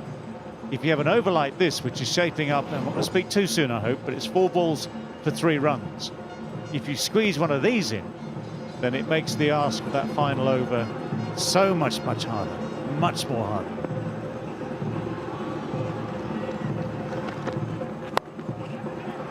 Down to Hetmeyer, who's been catching well this series, and he continues in that fashion. And Jason Holder has been brilliant in this over.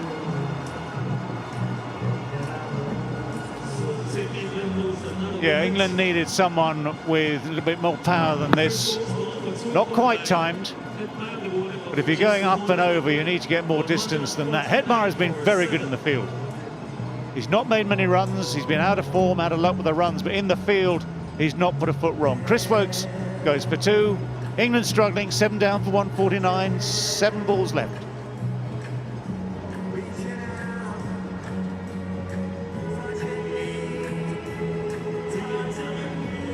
Rehan Ahmed comes to the crease. He was taken to task in his last couple of overs today as well. But it's been instructive for me watching the communication between Holder, former captain, and Rovman Powell. The planning to change the length up from Yorker to into the pitch at Woakes. West Indies continue to catch well. Yeah, I mean, if anything, Woakes needed quicker hands there.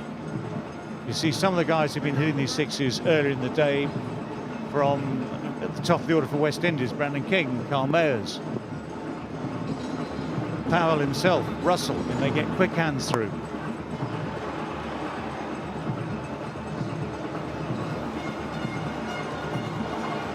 Remarkable over, just 3 off it and the wicket. 149 for 7.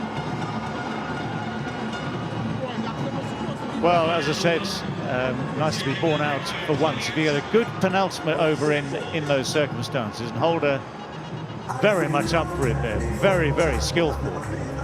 If you get one of those overs in, well, the pressure really is now on, because England, from the final over of this match, need 19.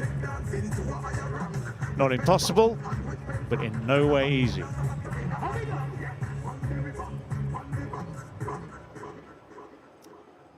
Love your point about the penultimate over as a reminder about that principle.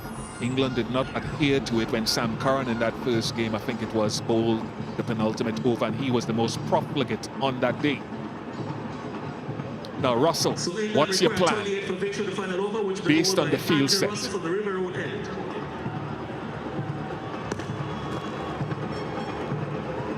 Long off, long on in play. Deep extra cover. And to the left of screen previously, a deep, wide third. So that means that he will perhaps try to go wide of off stump. occasionally off of the most of the over.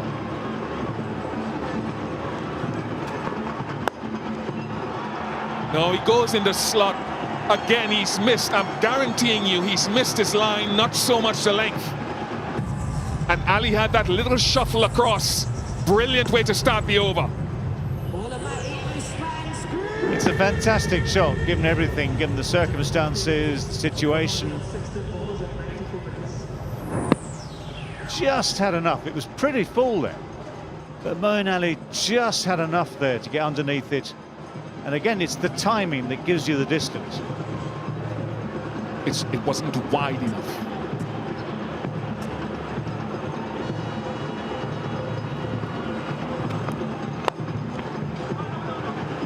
That's a little bit wider, and Ali does not take the run. I go back to something Dwayne Bravo always says. He says if you're going to operate to this plan, sometimes you're better off erring on the side of bowling a wide rather than getting too close, erring too close to the batter with this speed.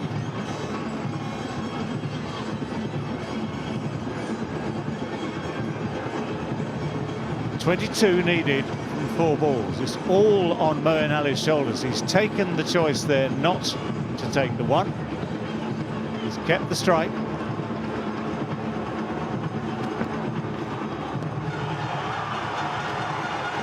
Had the length on it. The line again could be wider, but one good delivery perhaps seals it. And does seal it. Ooh, that was hittable. That was hittable. Even 4, yeah, even 4 there, with that line, that length, would have been mighty handy. So unless there are no balls and wides, 22 required from 3.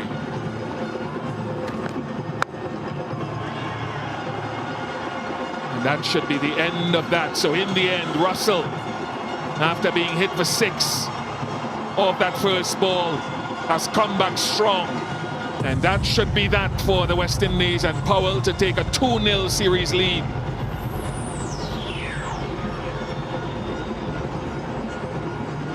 Yep, just avoid the obvious pitfalls.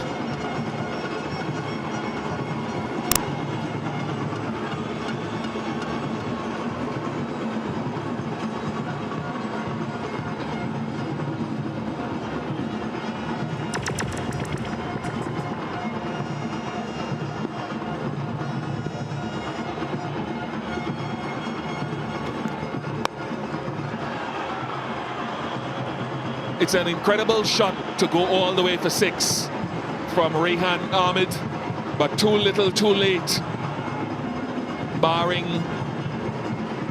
any calamities of illegal deliveries. Well, tried to say it when they took the option not to take the single second ball. Who knows? It's one of those wonderful ifs and buts that in the end are meaningless. It's Russell's most expensive figures in T20 internationals.